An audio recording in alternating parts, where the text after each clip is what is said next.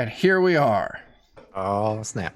Oh, no. I guess I should change my virtual background. It doesn't match Jeff's anymore. Okay, you're not That's kidding. awesome. That is bright. Wow. Yeah. You like that? It was Yeah. bright. It's so Ooh. yellow. Oh, my. Oh, we got raided too while we Hey, weren't paying lords attention. and ladies of fate, thanks for the raid. I hope we didn't miss them. Ooh. So much yellow. Next week on Lords and Ladies. Yeah. I like the Plude cast in there. That's nice. Yeah. Oh, that's very cute. Oh, that's very sweet. Yeah. Let's go with this one. So I'm pretty excited that we finally finished our long journey into hell, basically. Nice way to finish off the holidays, I think. Yeah. So yeah, we're gonna start a kind of a wrap up some old threads, start some new threads, and have a little bit of a downtime breather session for some of the characters here.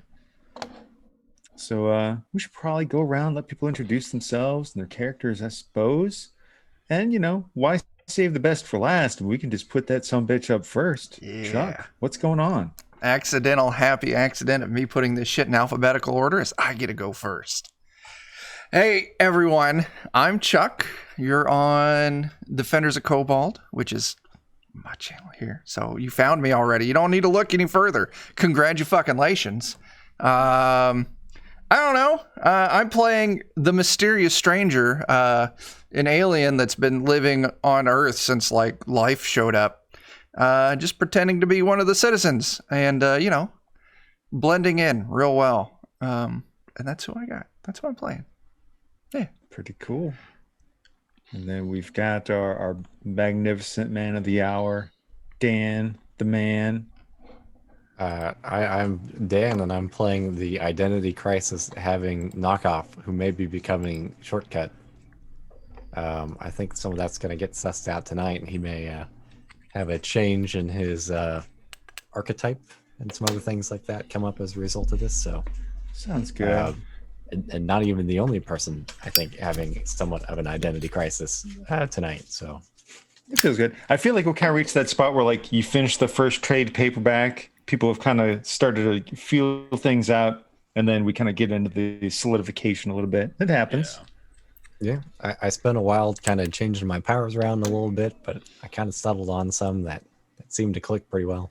Yeah. I mean, I'm not going to say that you play a cheap bastard, but you found stuff that you like, and that's good for you. I absolutely do play a cheap bastard. I mean, Yeah.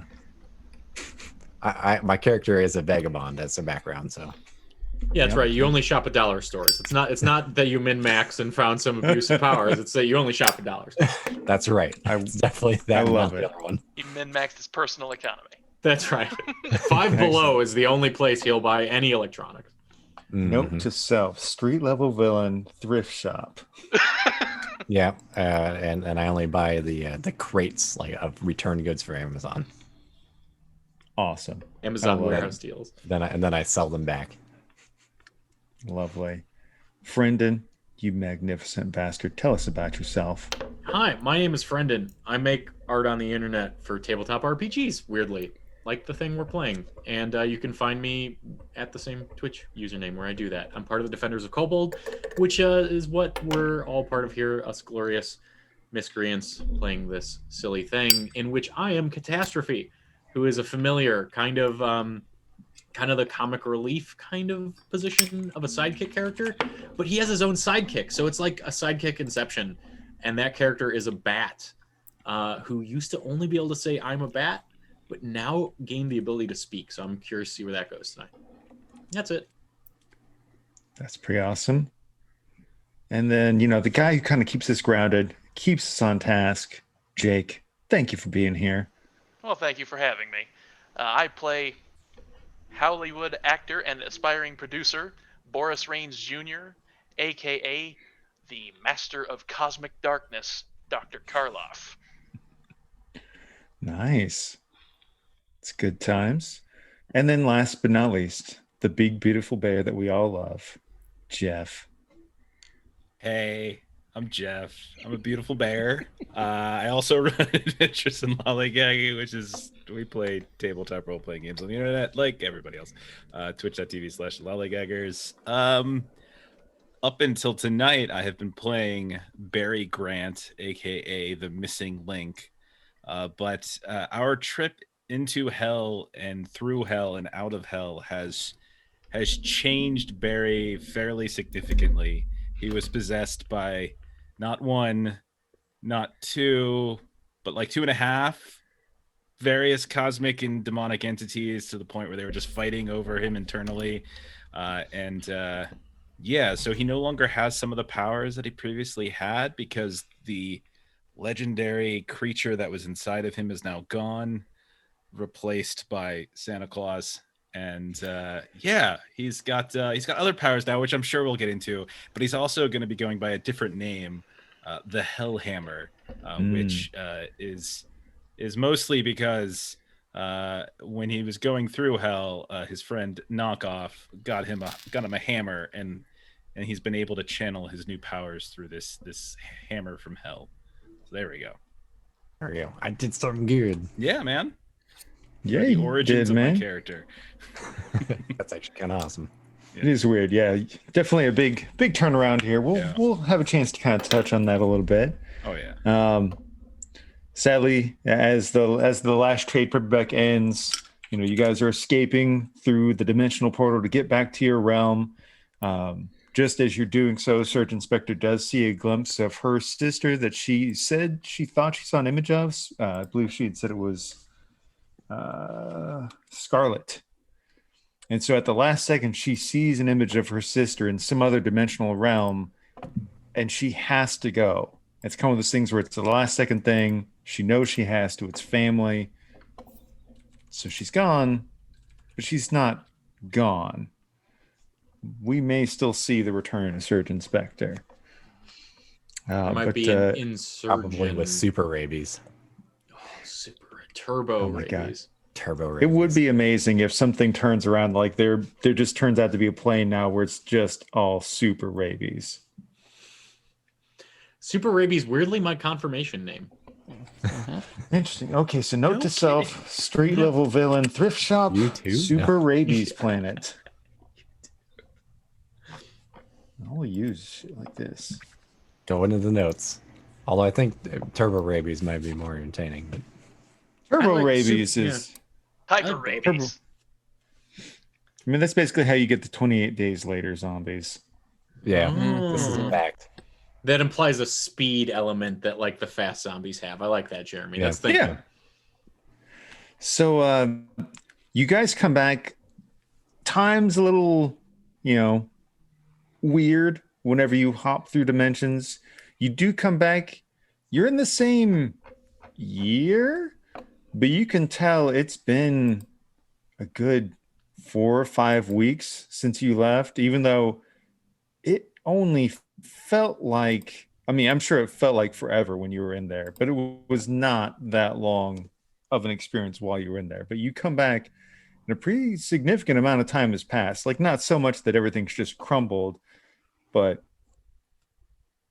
yeah, you're kind of surprised. The season has changed a little bit.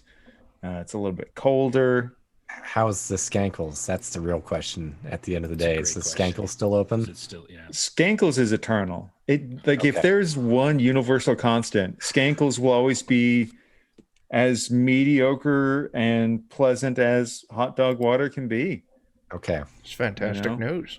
Then the future is all right still. So maybe that's even where we, you guys come back, you're tired.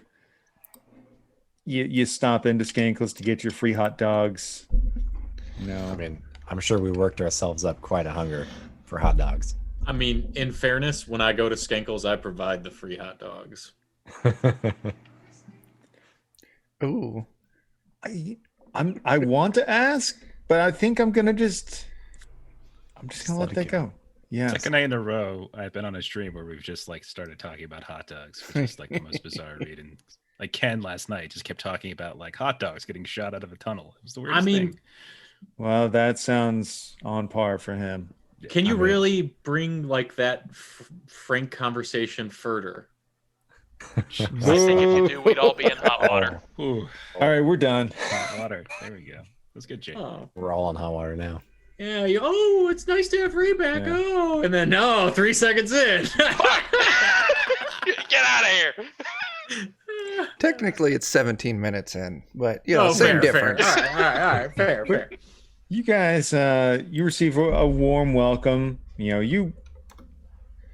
you've been regulars here for a good while. Barry, you kind of are getting some. There was that. You remember that Medusa lady? Oh, I remember her. Yeah. She's kind of like she kind of does like the whole double take thing when you come in because clearly, I look different. You probably look a good bit different. How does once missing link now Hellhammer? How has his appearance changed now that the power has settled? Right.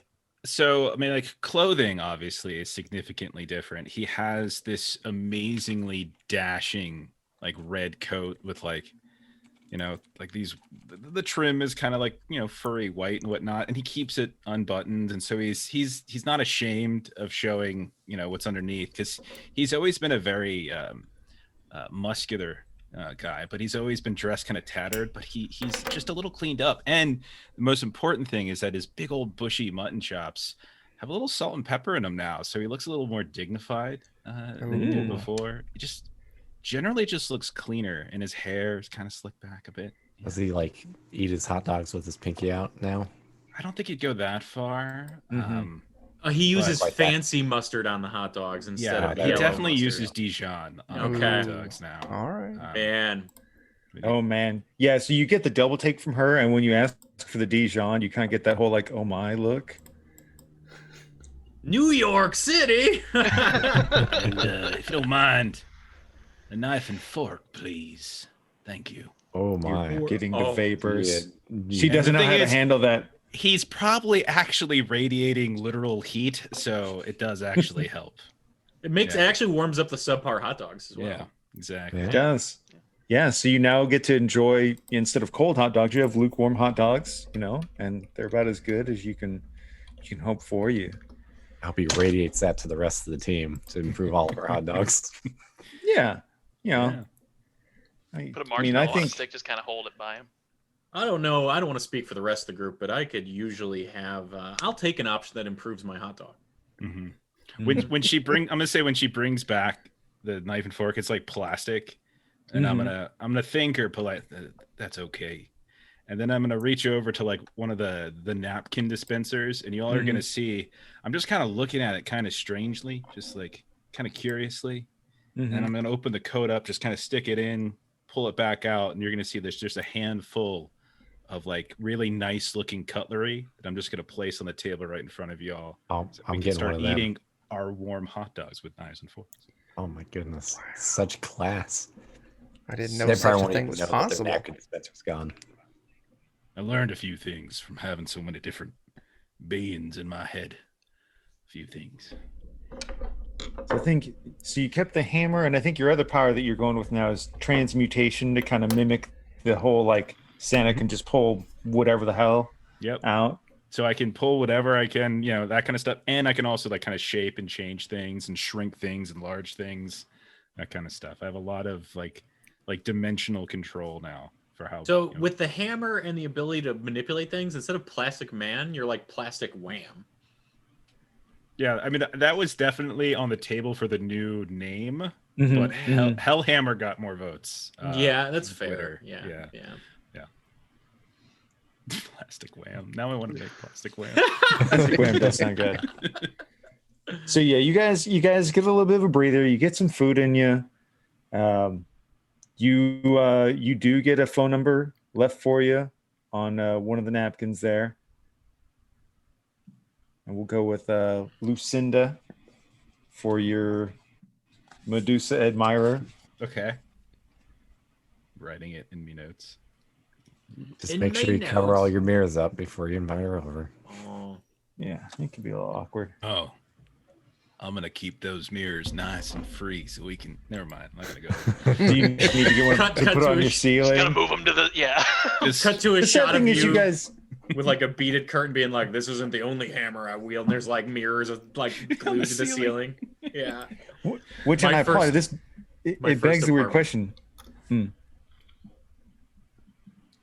Do you guys all like stay at the same cabin near the Hollywood hill sign? I thought that was the plan. I feel like I Because have that would be a trailer. hilarious if. Okay, you have your I feel own like trailer. I have a Carney trailer still. Oh, yeah. Okay. I think we all have But- our own residence, but the cabin by Howleywood is like Right. our headquarters. Right. Okay. I don't know what you're Okay, talking cool. about, man. Like, I don't have a house, man. Like, I sleep on the beach or in the cabin, I guess. I kind of like the idea that my character kind of sleeps where your character does, being an alley cat. I'm like, yeah, see, wherever he is, I go, and he usually finds the best garbage. It's pure happenstance, but that Yeah, garbage is man. wonderful. I'm probably the loner who just sleeps in the building by myself. You do just stay there. Like, I mean, it's a free place. Why not? Just go to a motel like $2 a night. Yeah. Vagabond. Remember, guys, vagabond. Well, it makes sense that you would need Yeah. a place to knock off at the end of the night. Oh, All right. So, and a lot of times in spectaculars, there's kind of like a thing where the heroes get to do like personal story beats, sort of like the thing where you see like what's the character doing between. It's not all action scenes all the time in comics. So hopefully we're on touch base a little bit tonight on like what some of you guys would do once you finally have a little bit of free time. Things aren't completely crazy in the city right now, it seems. I mean, Hollywood is always a little crazy, but there's nothing immediately like on fire, something crazy that you know of. Does anybody have anything that they would want to do? Who wants to go first, so to speak? I don't know. Roll some dice. Yeah. Okay. Roll dice. That's a good idea. Let's go dice. Let's go with. Is there a D5? I can just make it be a D5. Yeah. All right, I get a 2. I hop on down. Dan, Oh no. you're full of lukewarm hot dogs. Everybody's kind of everybody. Hellhammer's heading back to his trailer. The mysterious stranger's going to a beach somewhere with catastrophe. Dr. Karloff is making a couple of phone calls to see how things are going on the set of the movie he's been trying to put together. But I think you mentioned you've been kind of thinking about maybe wanting to make a change. Yeah. I think maybe we'll start this off by doing one last draw for power cards. Okay. We'll see if the roulette has something in store for knockoff, and if it doesn't, then maybe it's time to settle down and. Yeah, you're gonna check the roulette, but it's not like you're rushing for something new. So what sort of ritual does Knockoff normally do when he's kind of, because right now you've got the sorcerer background, right? Right. Do you I kind of assume do it's like a, more like a meditation sort of thing. okay, so a little bit more like a meditation thing. You kind of get down, do some Search hums. around in the ether for some sort of bizarre inspiration. Okay, sounds good. Unfortunately, I think I have to have someone draw the cards for me because I've never had that work for me. So weird. You have your own. I gave you your own deck, right? yeah, let me try it real quick. But last time I did it, I still don't think it did anything. How many cards? 3. Yeah, I did the draw 3 cards, and All right. I'll do it. it's stubborn. All right, so I'm just going to, because it is your own deck completely. Do you remember what you had before? Yeah. Okay. So you get 3 cards. Yep. All right, I got them.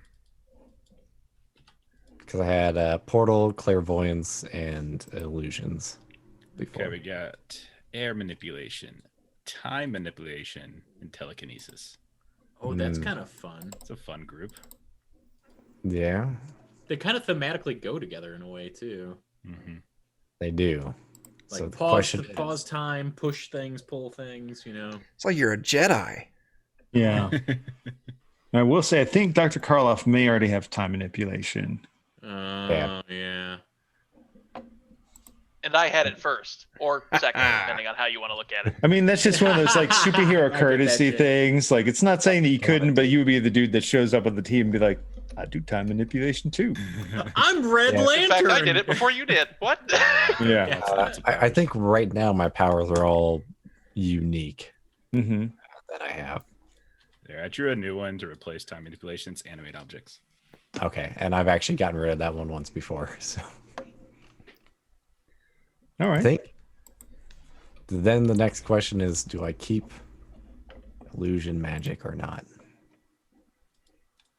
Up to Because you. then I could go back to having more hero points. But I don't know. It's fun, but not always useful. All right. Well, I'll tell you what, while you're pondering that, if you have any skills that you think, because it's not easy necessarily to be aware of your surroundings while you're in your meditative state, I would assume. Mhm. But if you have something you think that would help you be kind of aware of your surroundings while you're doing that, by all means, give it a go. I have watch for trouble, Okay. but I'll let I'm you not roll sure if that. that would. Okay. I mean, basically, what I would do is, I mean, you made, how much is your, It's 90%. yeah, if you've got a 90% watch for trouble, that's your number one thing. Yeah. You're very self-aware. While you're kind of in this like heightened state, you're a little bit outside of your own body. It's one of those things where you're kind of like hovering. Your ethereal cord is just slightly like removed from yourself as you kind of reach into the ether of the cosmos to try and draw and reconstruct the energies within yourself.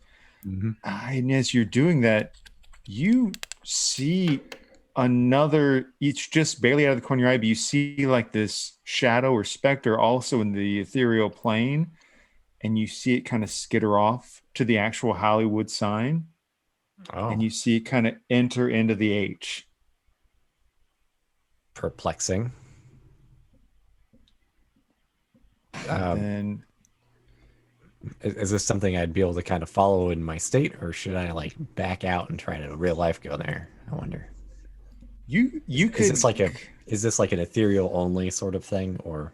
This is like you just barely notice it because you describe yourself doing a meditative trance, but I don't think you have like any sort of actual like in like any sort of astral projection sort of ability. I Okay, don't so think. so the thing I'm witnessing is a real life thing.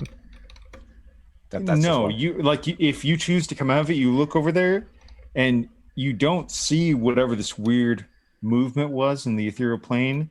But what you do see after you come back into the real world is you see like several trees kind of start getting pulled towards the H, and it kind of like comes up and stands up and turns into this weird like automaton thing where the H is moving and it's got trees that attach themselves Oh my to gosh. parts of it, and it starts walking towards your cabin. Oh no. It's turned into some sort of mech, and I'm here by myself. It's really weird. It basically looks like the H just kind of briefly came to life, and like a couple of things nearby it just merged into it and formed some weird conglomeration that's just Let me find our danger phone and see if I can call anybody up, because I don't have any powers that communicate with anybody. fair enough. So we've got Mysterious Stranger. What are the chances that you've got a phone on the beach? Probably not real likely. Yeah. You know, my bat does hear real good. Okay. And then I'd expect it to be Karloff or Hellhammer if they, They both seem have- like reliable adults. I mean, compared to- Hellhammer's trailer, I don't know. I think if anybody, Dr. Karloff is probably the most likely. Yeah, I think so. My character would likely be on the set trying to handle the fact that he's been absent for a month Awesome. on this movie, so trying to just get caught up on everything. So I think what we'll do is you call Dr. Karloff, and he'll be the guy we go to for the next interlude. But as we see you calling Dr. Karloff, and some poor, assistant is like, Dr. Karloff, Mr. Off is calling you, Dr. Karloff. But All right, I'll unfortunately, get there's out of just too my much. I'll get out of my Oh, makeup I- chair with like half a zombie face. I pasted dropped onto the my call, head. sir. I'm sorry. You But yeah, dropped no, the call. No, initially I was going to say I liked your idea that you're so busy on the set that you don't initially get the call. Yeah. So you basically, just to set up like the scene, that for at least a beat or two, Knockoff is by himself, and you see this thing coming towards the cabin. What do you do? Oh my. Well, I got to think about this. Like, it's not intended to be like a full blown like you fighting something fight. It's more like you've got a weird, like a beat yeah. in a comic where something weird's coming your way. What I might do is, since I was in doubt about it, maybe I'll pop up an illusion of our cabin somewhere, off to the side of us, and see if it changes its direction or not. Okay, that's pretty cool. Maybe, Yeah, maybe I'm give a roll on your illusion there. maybe I'm reaffirming my interest in the powers. Okay, That is a tie. you meet it on the dot. Yeah. Okay. Well, in this system, typically when you roll the max on what you have, that's like the most effective use of that power you could possibly do. It's about as close to a crit as you could get for your illusion. And you see this thing kind of go stumbling, and it just smashes away at nothing. And it goes for a while, but then you see that this massive frame just kind of like tires. It's almost like it just loses momentum and tires out. And a couple of the rocks and trees that attach themselves to it start kind of falling off, almost like a magnet that's losing power, until eventually, like, the semi-twisted H is kind of just standing there in the wrong place all by itself. And it doesn't go on for too long. It's probably only a good 20 or 30 seconds. But in that 20 or 30 seconds, you're like, man, I was by myself. If that thing had actually come over and hit me just once or twice, I could have been screwed. But fortunately, everything's okay. Yeah. I feel like this is that like perfect scenario where it's like maybe everything's right the way it is. Yeah. Okay. Maybe, Good maybe deal. it's time. Maybe it's time to settle down. All right. So then we do switch over to the movie set. This is probably around the time you finally come back. I'm sorry. No, I didn't drop the call. The operator actually kept it. You get Knockoff on the phone. You're in the like, this is Knockoff right around the time Dr. Karloff finally answers. It hasn't really been that long, but it's an intense minute. He answers the phone just as you're seeing the H settle back into its crumpled shape.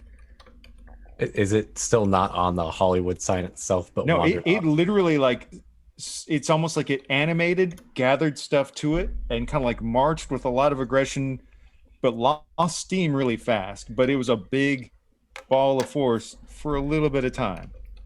It didn't go back to the sign though. No, like, it looks like it just petered out. It looks like it just kind of, be like, look at the Hollywood sign. Look at the Hollywood sign and tell me what you see.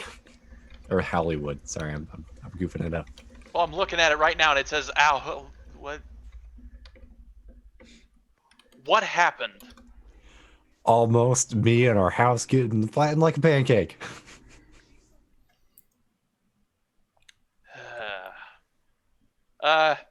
Has anything been lost? Is anything in any immediate danger? Maybe not. Conjured up a nice illusion, and then it went and smashed, and went to town on it, which then stopped. All right, I'll be over in a second. Hold on, Dr. Karloff. But we still don't. We were trying to tell you, Frankie's still not on set. Somebody said he's in a cell. Somebody said he's in the clinker. Oh, for crying out loud! All right, I'm gonna handle this business call just real quick. Then I'll stop by the cop shop. Do you know which jail he's being held at? I'll figure it out. I know people. I think he's over in the Western District. I don't know. Somebody said something. I thought his kid was visiting him this weekend, but then there was somebody said there was some sort of bar fight last night. He might have punched a cop. I don't know. Yeah, that sounds like Frankie. Thanks, kid. Here's do I have any fives? Here's 100. Go away. No, gee, thanks. That's pretty awesome, Dr. Karloff. Here, just for fun, can I I'll pop a portal up next to him. What, next to the? Next to Dr. Karloff, and then you can just come on through Yeah, I'll just like walk through. Like, all right, here I am. later. Nice. All right, so let's get a good look at the what the H is going on here. I'll pull some of my zombie makeup off, and then I'll travel bodily to the Hollywood Yeah. H to see what the heck it was doing, stumbling Yeah. around. I mean, you're an occultist. You kind of can feel the vibe when there's been some supernatural energies. It's not it's clear something like animated this object. Exactly how isn't clear. You don't see any signs of anything here other than the sign and the stuff that it gathered to it.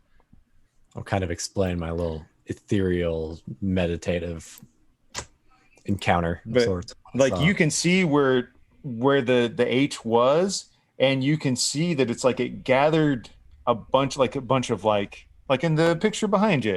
You can see there's like a couple of trees and rocks and stuff like that. You can see it seems like it just gathered a bunch of stuff around it, started moving, and then you can see like as it moved, like little pieces of rock were dropping off.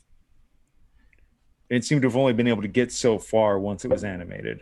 So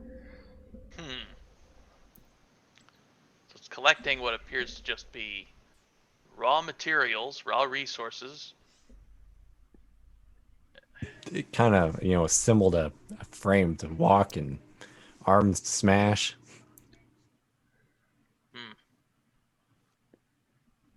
Well, I suppose I'll take a look around to see if there's anything odd about it. I don't know how we're going There's to put it obviously back. something odd about it, but Yeah. I mean, if you've got any particular skills you want to use, or you've always got your occult thingy, if you like. I think I will. I think I'll use my arcane scholar ability to see if there's something occult worthy about this behavior. Fair enough. For what it's worth, I'll give the benefit of the doubt that Knockoff, explains everything, including that briefly while in the ethereal realm, he thought he saw something enter the sign, which to you smacks of astral projection. And it's possible sometimes that if somebody's able to do astral projection, they can then, if they have powers, a lot of times they can remotely use those powers.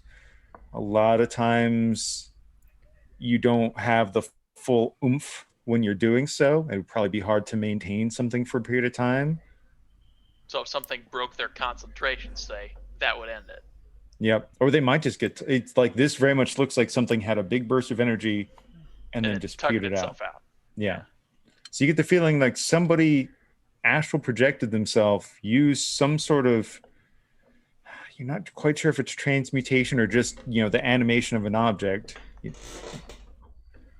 And then just Luckily, couldn't maintain it for too long. Tricked them into, pounding the ground over there instead of our house. Yeah. Basically, Knockoff made them waste their shot, so to speak. Well, But it was also a very directed attack. Yeah. Yeah. Might be a good idea to relocate some of our most valuable equipment off-site for the time being. Yeah. Do we Whoever have it was- a spare locale? I don't.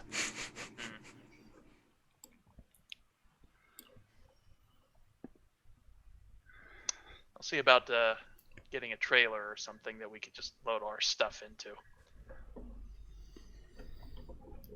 All right. So you kind of look into doing that. As far as the Frankie thing, is that something you feel you're going to do, or do you think you would delegate that to? I'll contact I don't know. No, I'll contact somebody to like a truck rental service, like a U-Haul, Mm-hmm. and then just basically say, yeah, one of my friends is coming to pick up this truck, so could you just have it ready? And then In the spooky universe that we occupy, can it be a goo hall? oh, absolutely. Yeah. That's a It's like a gelatinous cube that you just stick your furniture into on the back of a trailer. Hey, Goo Hall. That's delightful. So there's Careful some about wizard sticking it who in there too just, far. like a complete non-combat wizard somewhere, just got good at making oozes. It's the equivalent of like two guys in a truck. It's just, two apprentices and an ooze. 2 goos in the truck. Yeah, two It's goos in a two truck. wands and a fuck. Well, I'm just here and I'm making these goo things, and you stick your furniture in them. Yeah, so I think we'll get a rental truck, put a portal inside the truck, and another portal by our base, and then just toss all our stuff in the truck extra dimensionally. And then, God, I could have used that in college. That is yeah, really. really Furniture delightful. mover. I'm pretty jealous of that idea. Do either of you have any sort of like, not so much look for trouble, but more of like kind of aware of your surroundings sort of thing, or investigative type skills? No, The only investigation I got is size someone up. Otherwise, it's anything else for me. I've got surveil someone at 80% and size someone up at 65. I gotcha. I think right now it's basically just the two of them Right. Yeah. at that area. We'd have to start combing the beach to see if we can find where You you two know, are at. I just realized I am telepathic. Like maybe if you screamed my name real loud in your head, Mm, Would that work though? I mean, I don't know. Listen, don't think man, so. like I don't control these powers, man. These powers, like they're just, I think- yeah, man. I would All assume things- unless something's kind of set up ahead of time, it's probably usually a fair ruling that like you typically probably need to be in at least the same scene, Mhm. unless something's been established ahead of time. Yeah, like I know I'm gonna concentrate real hard on Dan because knockoff is gonna need to communicate with me, or yeah, that makes sense. Yeah. Yeah, and then at that point, be like, okay, cool, make a check, and maybe then you can maintain a long distance link. If it's just you're in the same scene, yeah, I would give you just passive. Like, Yeah. You know, those roaming charges are murder is the thing. Mhm. Yes. Which is why we have portals. Yeah. Yeah. Yeah. So maybe we'll see if we can rope them into it by doing some clairvoyancing. Fair enough. As you move and stuff, I'll let one of you roll a 50-50 check. Ooh, who wants to take the 50-50? I'll take the 50-50. Gotta believe. Gotta believe. I didn't believe enough. That's a 67. No good. To be fair, your cabin's, I'm not saying it's messy necessarily, but I'm not saying it's like super well organized either. So there's nothing Sure, there's obviously like out of 400 place. pounds of used band-aids in it. Cut Yes. to a shot of you saying I'm not saying it's messy, where the bat is just like tearing shit up in the cabin in the past. That would be a fun little montage of Yeah. all the shit that you guys do to just leave this place a mess. Like Exactly. Surge Inspector has an entire room just filled with garbage. Uh-huh. How many You know. goddamn Hydrox cookies do they eat? I'm pretty sure that one object that we got earlier was stashed in the garbage pile. Yeah. Which object are you looking for? That like mining the crystal? mining crystal or whatever. Go ahead and roll another 50-50 check, Oh, since you're specifically looking for that. You don't see it, but you're sure it's you. If you just put all the trash in there, you'll find it. Just open You a portal think you'd under the notice trash it.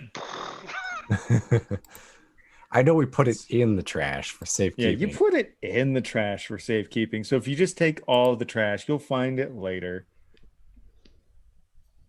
I mean, Alright. checked out to me. Sure. So yeah, you've got everything in the moving truck. You know that Mysterious Stranger tends to just kind of laze about on a beach not too far from here. So you should be able to locate him pretty easily once you look around a bit.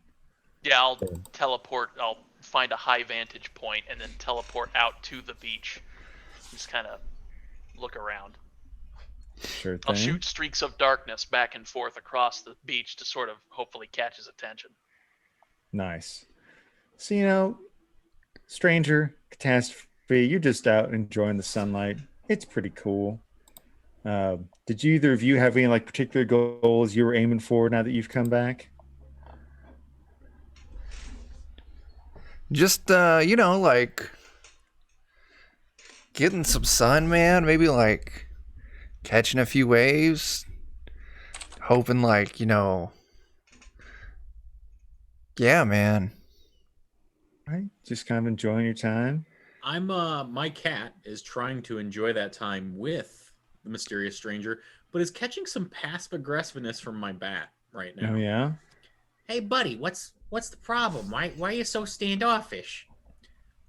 I realize now that my prior inability to converse in a means that was, congruent to your preferred method of communication limited me somewhat in my participation in group matters. And I'd like to take this opportunity to let you know that due to your limited faculties, you were unable to process the, brilliant nuance of my intonations when offering eloquently, I might add, I'm a bat. And I don't hold it against you. I will, however, endeavor to more clearly make my wants known in the future. Okay. So that entire time I was just picturing the giant fucking rat from Beekman's World. But yeah, so essentially, Bat's got things to say now that Bat can say things. That's delightful. So yeah, it's going pretty well. It's you've still got a pretty healthy relationship. It's changed. And that's delightful. But you do see after a certain point, because you probably have to look up at Bat a little bit. He's a good bit bigger than you. He's a beefy boy, and you can see the streaks that Dr. Karloff is making, kind of see that he's signaling you guys. Elbow stranger, point up. Hey, man, like, that's fucking weird and shit, man. Like, I wonder if it's that one guy that we know. Yeah, well, it ain't the Aurora Boris alias. Yeah, man. Let's go check it out. All right. I would try to fly us up there with the Bat, I would imagine. That seems like something Bat could do for the two of us. Sure thing. Yeah, you guys can get over there pretty easy. You guys see the scene, like the H from the Hollywood sign is close by, kind of crumpled up a little bit and standing in the wrong place. And you can see that all of your possessions are being portaled out of the house and onto a moving goo. If there's anything you guys want, you gotta let me know now. Go find it yourselves and yeet it yourselves. I had several of my favorite foodstuffs still in the house, if that's okay. I could go get those, I guess. Do you mind if I get the fridge, basically? I eat a lot. Sure. If you can put it in there, then you can keep it. All right, so you guys are kind of in the process of grabbing a bunch of stuff. Thanks, Chuck. That's awesome. I just now noticed that. Tossing a bunch of stuff into the moving goo, and then meanwhile, a good, I would assume, fair distance away is were you heading over to your camper or whatever near the Carney folks? Yeah. If I've been gone that long, I'll be eager to see my Carney family. So, good news, bad news. They have moved around a little bit because Carnies don't always stay in the same spot for a super long time. So they've actually they had moved on to a smaller town kind of on the suburbs of Hollywood, but it was easy enough for you to find them. We probably have routes that we follow. So it's exactly. Yeah. The good news is it's not that hard for you to find them. You know the Carney ways. Yeah. The bad news is you see that, by Carney law, you leave a trailer unattended for a month, it's fair game. So, I had a trailer for this long. Yeah. It's gone. No, it's fair. But I mean, there's always a chance for you to read, but you just see it's occupied. Like it still has you see like a crudely drawn painting of your dude on the side of it. And, but you can see that some people are basically squatting in it. Sure. You see like some crappy kid with a beer and a cigarette. He's probably only 10. He's cussing up a storm. He's like, God damn it, Ma, I told you I need more grilled cheese. Just being a real shithead. Okay. Is there anybody else? Is it just him? It's just him on the outside. You hear a grumbling voice from the inside. Like, I'll give you your grilled cheese, you little bastard. Okay. I'll wander in and I'll take a look at the woman who is, I'm assuming, his mother. She's making him grilled cheese. Kind of. She just has like a blowtorch and like some tongs, and is just holding 2 pieces of bread with a slice of cheese between it, and just. Mm-hmm. We just bonked my mic there because I do good things. So I'll walk up to her and like, pardon me, ma'am. I think you're in the wrong locale, but that's all right. Let me lend a hand here, and I'm just gonna reach out and just like take both my hands and just press on either side of the grilled cheese, just to see if my ambient temperature is going to help grill it at all. And I'll spread the fingers a little bit so there'll be like grill marks and everything. That's delightful. This sounds like the best use possible of that power. Let's go for it. So I'm not gonna make you roll for it. It's not even a thing. It's just free. It's just flavor. Like I'm just hotter because I'm a hellhammer now. So, or I can use my my hammer to smash it. It's like just rest it on it like it's a brick on a like on something that's grilling. Just to press it like a press sandwich or something. Like what a imprint panini. would your does the Hellhammer still look like the ram's horns and stuff, or did it adjust? I think what I've been I've been thinking what I've been playing with is I've been like, as I've been walking, because I probably walked all the way here or hitchhiked or something like that, thinking the whole way, as I've been playing with my new transmutation power. So I'm probably like almost like a cordoning, like shrinking down the hammer and then remaking it and just trying to find the shape that that sort of best fits me. And so I'm probably doing a lot of like different animal designs since for so long, and I haven't quite settled on anything. So I think it's going to constantly be changing for a bit until I feel the one that just feels right. Okay. So for now, we'll say I'm on a ram. We'll say like a ram or a goat or something like that. So you make the world's most amazing magical grilled cheese sandwich, impressed with a magical ram's face on one side. There you are, you little shit. Eat it up. And despite the fact that it's this magically perfect grilled cheese sandwich, fuck you, Ma, you didn't cut off the crust. And he throws it in the dirt. I'm gonna walk up behind the young lad, and I'm gonna say, now go ahead and eat it. You threw it down on the ground. She made it for you. Now go eat it. You're not my dad. Oh, I know. Are you my dad? I might be, actually. I don't know. It's possible. You're in my camper, so I feel like at least for the next 5 minutes, while you finish eating that grilled cheese, you can call me dad if that makes it easier. Do you have any social skills you'd like to employ on this young child? No. That's delightful. Size someone up. Perform for an audience. I might give you size someone up to kind of play into the see if you can lean into his uncertainty as to whether or not you're his father. Okay. All right. That's a pass. Okay. That's a pass. All right. I'll eat it. But you gotta tell me I'm really smart and cool and stuff. Sure. And yeah, really proud of you. Now you gotta make sure that you treat your mom better than you've been treating her.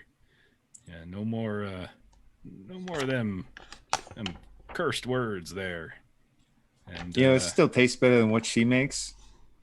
That's fair, but I mean, she's trying real hard. We're gonna find you both a better place to live, and maybe there'll be a better oven or something for her to use. Yeah, Dad, your place is a real shithole. Yep, that's fair. I can still say the curse words to you, right? Oh yeah, that's fine. Just not to her, All right. Yeah. Oh, Well, I guess I won't steal nothing from you today. wait, did you steal stuff from me yesterday? You weren't here yesterday. But it's my trailer. It's my picture right there on the side.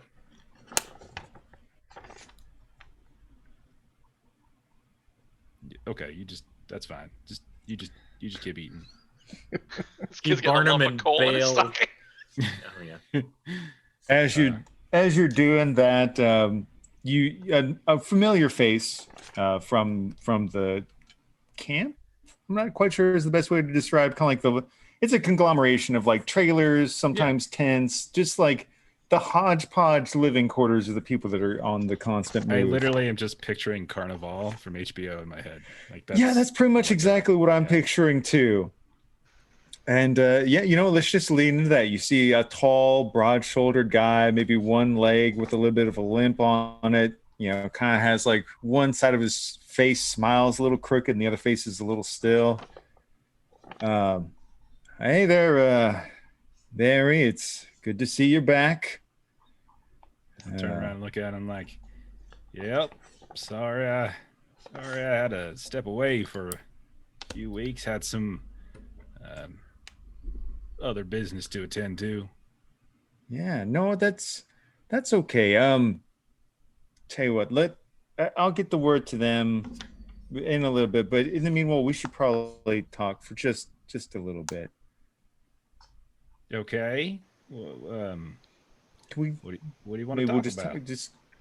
He kind of like nods over away a little bit.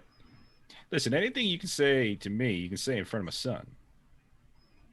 No, I'm just kidding. Let's go. Okay. He kind of like just stares at you incredulously. But yeah, you know this guy. His name's Nicodemo. He's just kind of an overall handyman around the camp. No particular special skills necessarily. He's not one of the performers, but he kind of helps keeps things running behind the scenes, so to speak. Okay. He kind of takes you back a little bit. His face gets a little bit more serious. Oh, look, Barry. We were all really excited for you to come back. We were. But we were expecting something a little different. Okay. I want to make this polite. Like, this doesn't have to go poorly. While he's talking, I'm gonna go ahead and just like shrink the hammer in my hands really quick. I'm sorry. Go ahead. Continue. You ever seen those commercials, where people talk about like, product not as advertised? Sure. I don't really watch much TV. Don't have one in the trailer. Yeah. No. And then I'll go ahead and make a TV right in front of us. Yeah. Yeah, so the thing is, we were expecting you to come back just a little bit different, Barry. And, I wish I had a nicer way to say this, because I don't want there to be hard feelings. We've known each other a long time, but you are persona non grata. And maybe we can just leave it at that and keep things friendly. Nikki, I generally don't understand what that means. Okay, you know what? That's fair. That's fair.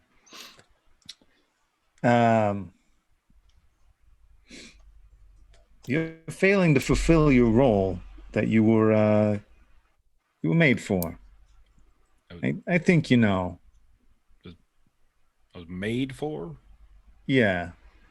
And you see him kind of like he has like a stick that he's leaning on a little bit, and he kind of just like draws a little symbol in the dirt a little bit.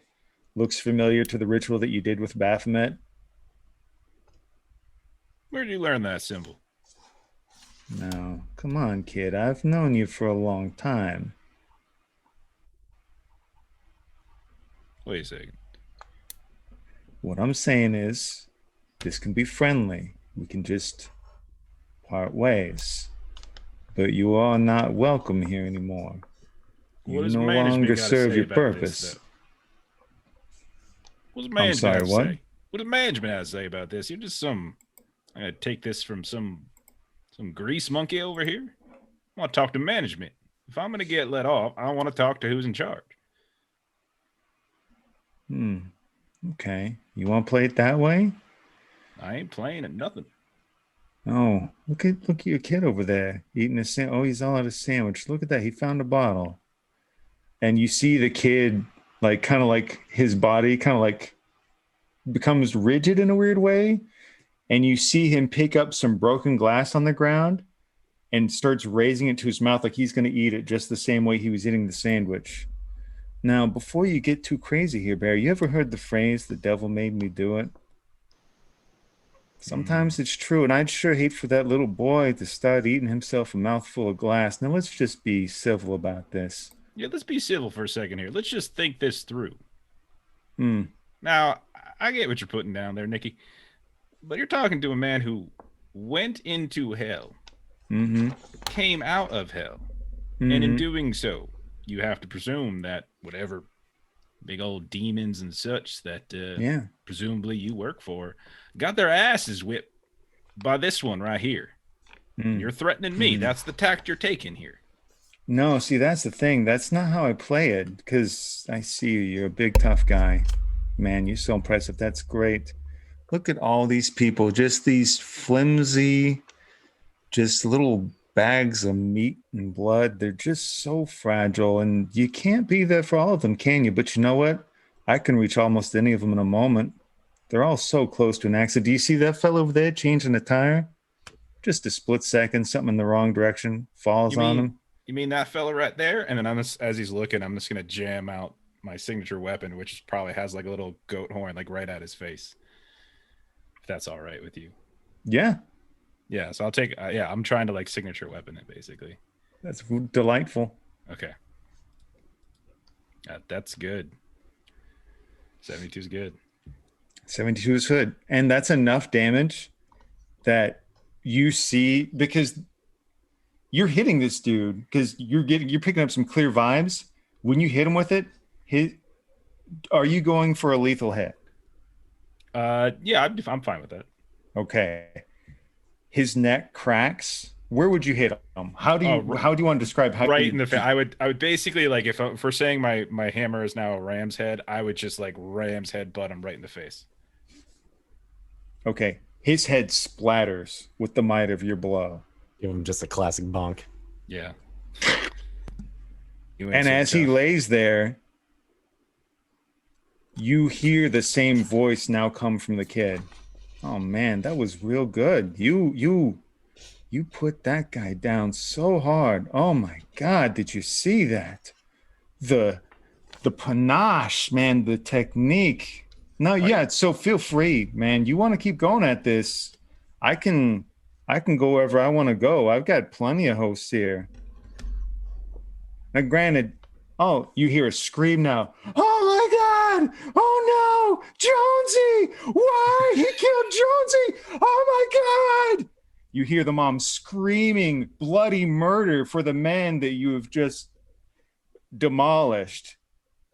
Oh no. What a terrible predicament here. Guy. You gonna hang around, Dad?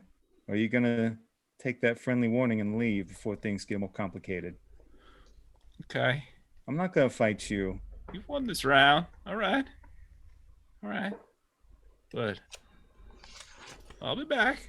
All right, you just reevaluate. Remember, you used to call me Nice Guy Demo. It can be that way again, but we just gotta take some steps to get back to that family trust, okay? And I'm just gonna like kind of back away, and then eventually I'm gonna turn around and start. Yeah. Running. So we'll kind of bag that up to you had mentioned wanting a complication, of some bad things going on with the Carnies. And unfortunately, there is some demon influence going on with them. Baphomet had even mentioned he'd been sowing seeds amongst them. But unfortunately now, even some of the regular folks amongst the Carnies are going to believe that you are a murderer. They're probably not going to go to the police because they are Carnies. Yeah. But within that own little group, that took an unfortunate turn. Sorry. Yeah. Got a little upset. People lost their head. It's fine. It happens. You made a fair assumption about the whole demon thing. Yeah. He may have baited you a little bit. Okay. All right. Took All a right. bit of a David Cronenberg turn there for sure. Yeah. It definitely Have to got come like back and hammer Fallen things out vibes. later. It's you may be making a reasonable assessment of that situation. Nice. I did watch that like just last week, and I Big love fan it. of that one. Okay. All right. Well, So, you're probably in a mood, perhaps, whenever you come back to your now home, except it's not home. So you've lost 2 homes in the same day. You can see. You see them all loading stuff up into the goo. Is it like how do we want to do the goo haul? I'm trying to just picture that in my head. I imagine it would be like I don't know, almost like I think it would be almost like just a normal like trailer sort of deal. Only instead of tires underneath, it's just goo. Delightful. That way you can pull it over any terrain. And like that goo is like filled with like 75% trash. So much garbage. Dan, I think you're muted. I hope that it's like covered so it obscures the content at least, but Yeah. So yeah, that's weird. And better yet, maybe it's just like rolling around town with just a portal in it. As we're just chucking stuff into it. In a People see this nondescript trailer just location. going, As you do it, you hit something into the fridge that the bat wanted on the side of it, and just like a whole bunch of money falls out of it. And the bat kind of looks sheepishly around and tries to stuff it all back in the fridge before anybody notices. That's awesome. Where do you guys think that you would move your stuff? It's been a weird day. I don't know. Like, we'll have to come up with a new place?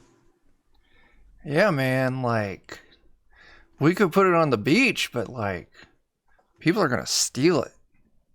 Yeah, I know a good cave off the beach. I used to go there and poop in it and sleep and poop. It's a good spot. sounds a bit unsanitary, but I suppose as far as layers go, we could do worse than a bat cave. There are other bats in the bat cave. Awesome. There are other bats in that bat cave. Pooping. I mean, you just said there's bat poop in there. Well, actually, we could just assume that may just be your bats. It's just where you poop. Yeah. Oh, this is my particular fragrance of guano. Yeah, this is mine. It probably reeks of dead bat in there, so other bats are like, fuck that place. So we're heading to the bat cave then? Yeah. Maybe we can check it out at least. Okay, we're gonna check it out.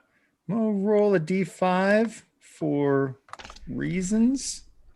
Maybe there's something really cool in the bat cave. There could be something really cool. maybe 1, there 2, are 3, 4 4. something cool things in there. Well, actually, it was more like I was going off there. I'm going Chuck, Dane, Friendon, Jake, you are the proud winner of an interesting coincidence. Oh boy. Is it a chicken dinner? Come to the bat cave and you've got stalactites and stalagmites and tons of bat crap and maybe some bones. And as you're kind of like coming in to check it out, you do see like the flare bats that kind of come out and fly past you, the typical like sort of jump moment, except you guys aren't the type to fall prey to jump scares. But what does seem weird after that is almost like the camera settles back after the bats have left and you see the pools, like all the guano starts to kind of form together into a pool. A couple of the stalagmites and stalactites break off and you see this weird conglomeration of bat shit and stone start coming towards you. Somebody's fucking with us even here. Oh no, it's a guanolum. Oh my god, a guanolum. So much shit I gotta break down tonight, man. Guanolum.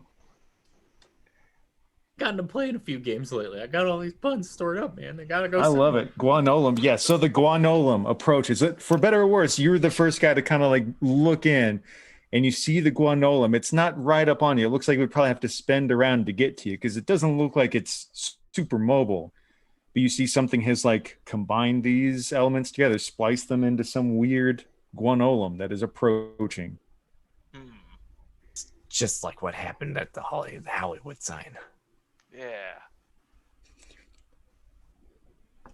Like, I'll look back out of the cave and or is everybody else there at the cave? Or am Yeah, I? you were the lucky one to be the first one there. It's coming to you, but you've got time to do something. I'll try to slow its movement using time manipulation. Okay. 3 under 60, that'll do it. You do and you do. And again, because we're kind of playing this more for like a beat than a full-on combat. And Yeah, I'm just- given what's been described to you before, you're like, okay, so this thing has limited time.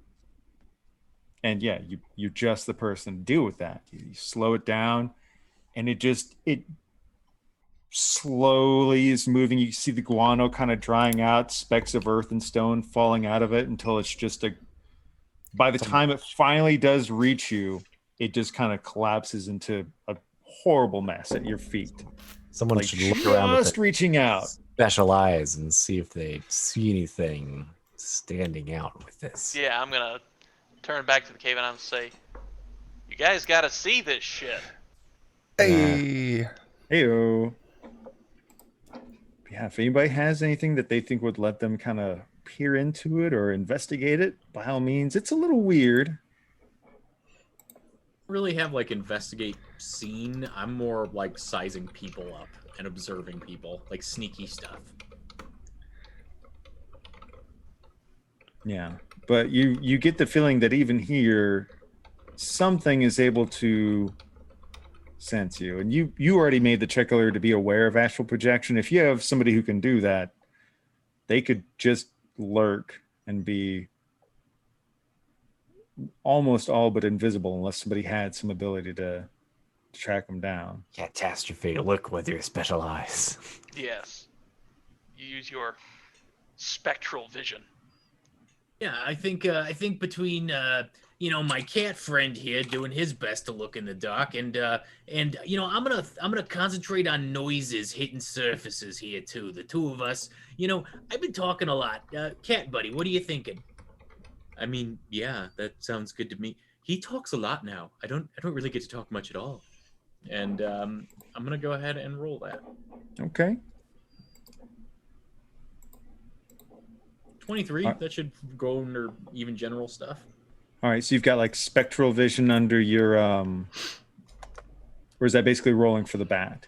It's basically rolling for the bat with the sonar. Like the rest of the team offered spectral vision, but I don't really have it, so I was thinking sonar for the bat, like using sound waves to penetrate the surfaces and Look for micro vibrations of weird. I'm kind of smart, everybody. I know I said I'm a bat for a long time, but I'm kind of smart. I'll have to practice on being able to do Bat's voice as well to convey, but I do hear something. There was an man, unfucking believable. I heard that echo a little bit in there. I kind of got to look. It's more like I got a silhouette of him than I got like a true picture of him. He's here, but he's not here. But he's having a hard time with whoever it is. It is a guy. He sounded familiar. Something about him was familiar. Unfortunately, my bat's close to my Nicodema. I'll have to work on that. I get it. I think it's darn close, Jeremy. I think that's an admirable job. But yeah, no, he was able to pick up because he kind of has a different range or spectrum that he can pick up on. He could hear somebody basically like become like, oh man, god damn it. Like somebody just kind of like in a very like he was frustrated, but kind of like sort of peacefully frustrated about it. And I could only make out the silhouette of him because it was as much sound as it was sight. And his silhouette's familiar. I can't quite place it though. but he's tired. I can tell he's tired. I feel like this should be like jumping out in my face of like, it's that guy. But it's like I'm having a hard time remembering the voice and Yeah. Is it the guy that I ate? Remember how I turned into an anaconda and I did like a anaconda thing and I reached down. You guys just saw me trying to put a dude in my So mouth. okay, Like, you oh. describe him a little bit to the bat. Oh yeah. You described the ponytail. Kind of had like a little bit of a hippie vibe to him. Yeah, that does sound like you remember him as Tommy Splicer. That's right. there it is. Wonder how he'd be doing Who this. was assumed dead, but apparently is now doing weird ethereal Frighteners jaunts magic? and splicing things together to make them attack you. Mm-hmm. Wonder where we can find him at and figure out why he's doing this. Suppose we could have a seance and try to contact him that way. It's true. I love the comment. Things you say in an RPG. You guys remember when I turned into a snake and ate a guy? Best Yeah, part, let's talk to him through the seance.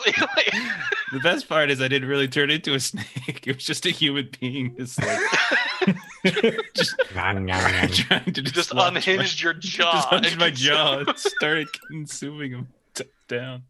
Yeah, I think it's Oh, man. fair. I mean, you are an occultist. I'd let you make a skill check to try and do a seance of sorts. If anybody else has anything they think they could kind of chip into that, I'm all ears. Positive thoughts.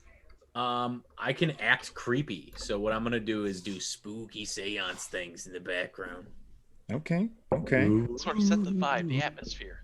That's right. You know, you need a good mood for a good seance. Maybe I can prepare to pop off some clairvoyance if we get an idea from where he might be at. Okay. All I'll right. start transmuting like a variety of weird like occult things that I just happen to see. I'm like, is this helpful? Oh, Nice. you know what? Just Seeing turning those occult rocks and things, stuff. we need the right music. So I'm gonna put on some Beyond seance. All right, that one was good. All right, you win that one. Okay, man. Why didn't I pour alcohol for myself tonight? Why didn't you pour alcohol for me today?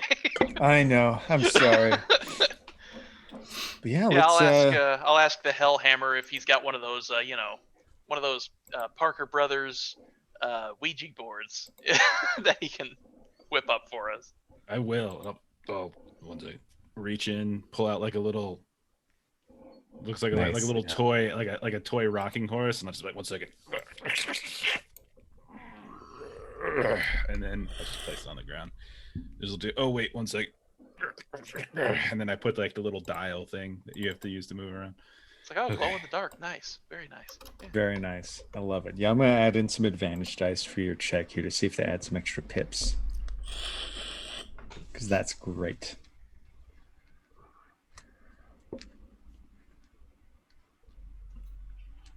So what skill trick are we going with for occulties type stuff? I forget exactly what skills you have. I'm I very suppose open. with my knowledge and my skill set, I could perform for an audience. You know, I feel seances, I could see making the argument that that's very close to performing. Yeah, Yeah. you're trying Combination to of lure in that a and- ghost to blah blah blah at you. Yeah, let's do it. So I'm going to do 4 advantage dice because get your buddies helping you. I'm going to roll a couple chaos dice because you are trying to do a seance with a ghost who's probably hostile to you. Yeah, probably with the whole terrorizing then eating him thing. Yeah. 5 under 80, so All right, you succeed. You got 1 boon and 1 chaos, which will kind of balance each other out. Maybe Yeah. I'll deploy my booster here Okay. and have you re-roll one of those boon dice and that 1 chaos die. Okay. Well, he got another pip on the boon, but he still got a chaos pop-up. But now you have the equivalent of a success on the skill check and a boon pip. which basically means you'll have a little bit more favorable influence in being able to talk to him because you do kind of pull him forth. Are we doing this at the Bat Cave? Probably. I think so. Yeah. Yeah. All right. You do kind of pull him forward, and he's pretty close to where the bat indicated he'd seen him. And you just see him like, you see him reaching for smokes that aren't there. His spectral form is reaching for smokes that aren't there. He's like, God, man, this is a bunch of bullshit, man. Like, this is not the amazing power I thought it was gonna be, man. This is like, be a ghost, man. Get vengeance and shit. And like, fucking revenge is hard, man. Yeah. How are you yeah, guys doing? I mean, we were doing okay until you started trying to smash our shit up. Well, like, in fairness, man, like you came into my house and beat me up, and that guy like put me in his mouth, and it was really weird, dude. You were working for cultists. Well, I mean, yeah, You brought it on it yourself, was. really. Yeah, Generally speaking, that's bad. Not to mention when he's put me in his mouth, it's just been pleasant. Hey, man, that's cool. I'm all about, free love and stuff, man. I just, if you want to do that like one more time and then you let me kill you, kind of like in a lover's release sort of thing, I'm all for that. No, don't really have them powers no more. Plus, the second part of that, I object to. I mean, I'm real confused then based on what he had, said earlier, man. But, if you guys like to role play and I'm not going to go there, man. It's, so yeah, I just kind of want you dead. I would say it's not personal, but it's kind of personal. What do you think we are, weirdos with the role playing? I don't like this ghost. I mean, role playing. Who would do that? Who would do that? Nobody. We're not playing games here. We took out my demon lords and stuff. Like, you're just some toilet sitting freaking ghosts who bug off, man. Man, that's uncool, man. Okay, so Just like you are a very uncool and not very impressive ghost. You know how there are like villains and super villains and minor villains? You are none of those things. Well, that's just, man, that's like hurtful and stuff. Mm-hmm. It may be hurtful, but perhaps you could turn your desire and your pain to something that you could use. Who turned you into this ghost anyways? You said somebody made you some promises? I mean, yeah, man. Like, I guess you guys have been pissing people off or something. I mean, don't we piss you off? I mean, like, for me, it's kind of like just a general, like, fuck you, man, for like killing me, man. And you tried to kill us too? I don't think so, man. Like, I mean, he would have indirectly killed us, but it wasn't a direct sort of thing. Like, man, I was just editing some films, man, and sometimes they'd slip in a dick pic, but like, okay, and sure, there was a cult that was like, making some material that might have brainwashed some people, but like, I'm not just saying it was uncool, man. Like you put me in your mouth without consent, dude. Okay. All right, that's fair. That's fair. I apologize for that. I should have just like smashed you or something. Do any of you have any social skills you want to try and employ on this weird, worthless ghost? Perform for an audience. That's all I can. Lie to someone? Okay, what sort of lie would you want to tell him? I don't know. We don't want you to fuck off. He's oh my god, like, I don't know, like, he's one of the more, oh, like, yeah, I was just kidding, you're a really good villain, yeah, you're good job. But that might encourage him. That's probably bad. Yeah. I don't know which way you go with this. It's like, you're great and all, but just leave us alone. Tell us who turns you into a ghost, and we'll stop them and bring you back to life. That or like if you'd rather like move on, maybe we can help him move on. Do. Right? And I would encourage you to move on. So you're gonna try and convince him that you know a way to either like resurrect him or help him move on, which you don't know how. So that seems like a fair lie. Yeah. Okay.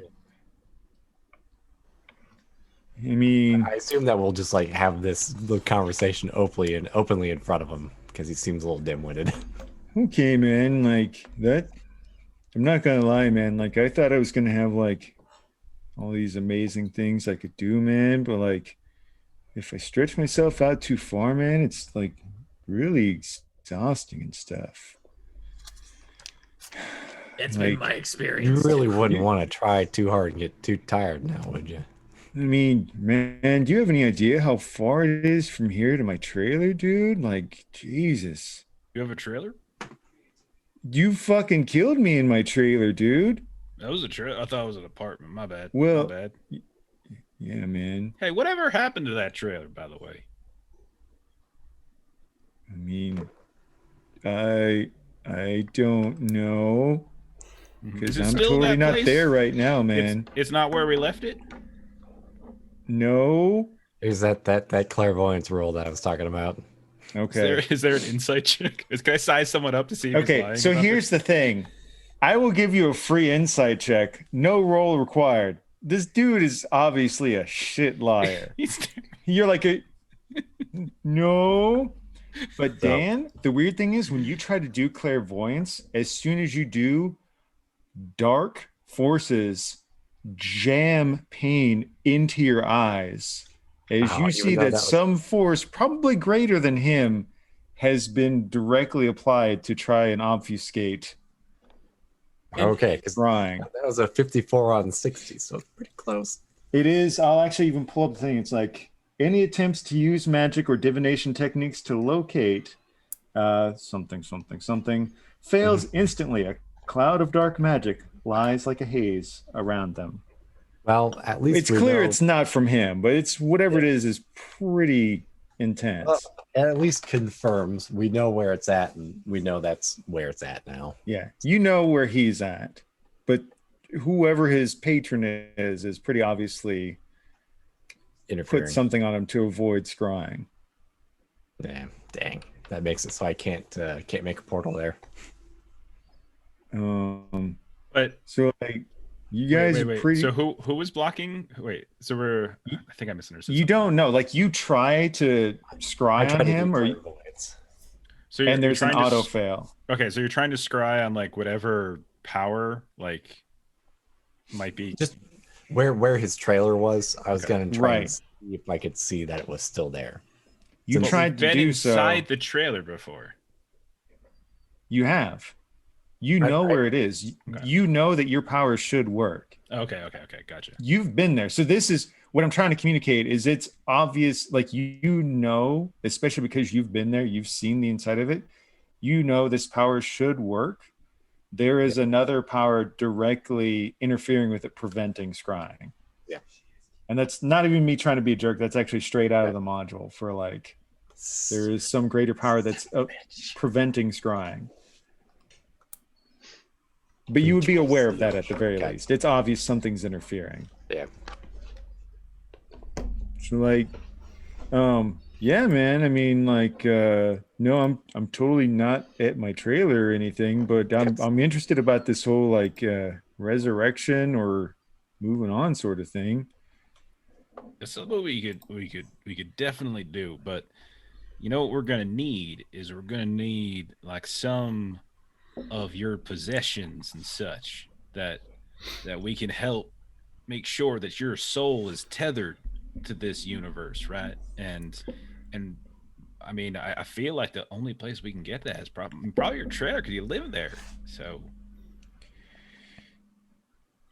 You've got No. something like Come you on, cared Tommy. for a lot, like a teddy bear or something. you can Man, trust I don't- me. You know, water under the bridge. I killed you. You killed me. You know, etc.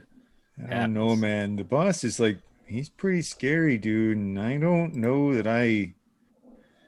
I'm pretty sure I'm not Well, it like, doesn't sound like a healthy working environment, with your I mean, scary like, boss. You're playing good cop. I want to play bad cop where you intimidate somebody and be like, Listen here, I'm a spectral bat. I know all about the afterlife. And if you don't start paying attention, this shit in the cave isn't gonna be the only thing spread around. and he may be lying. Unlike everybody else here, I can hurt you. I'm spectral too. okay, give me some intimidation. Oh, nice. I pass. Yeah.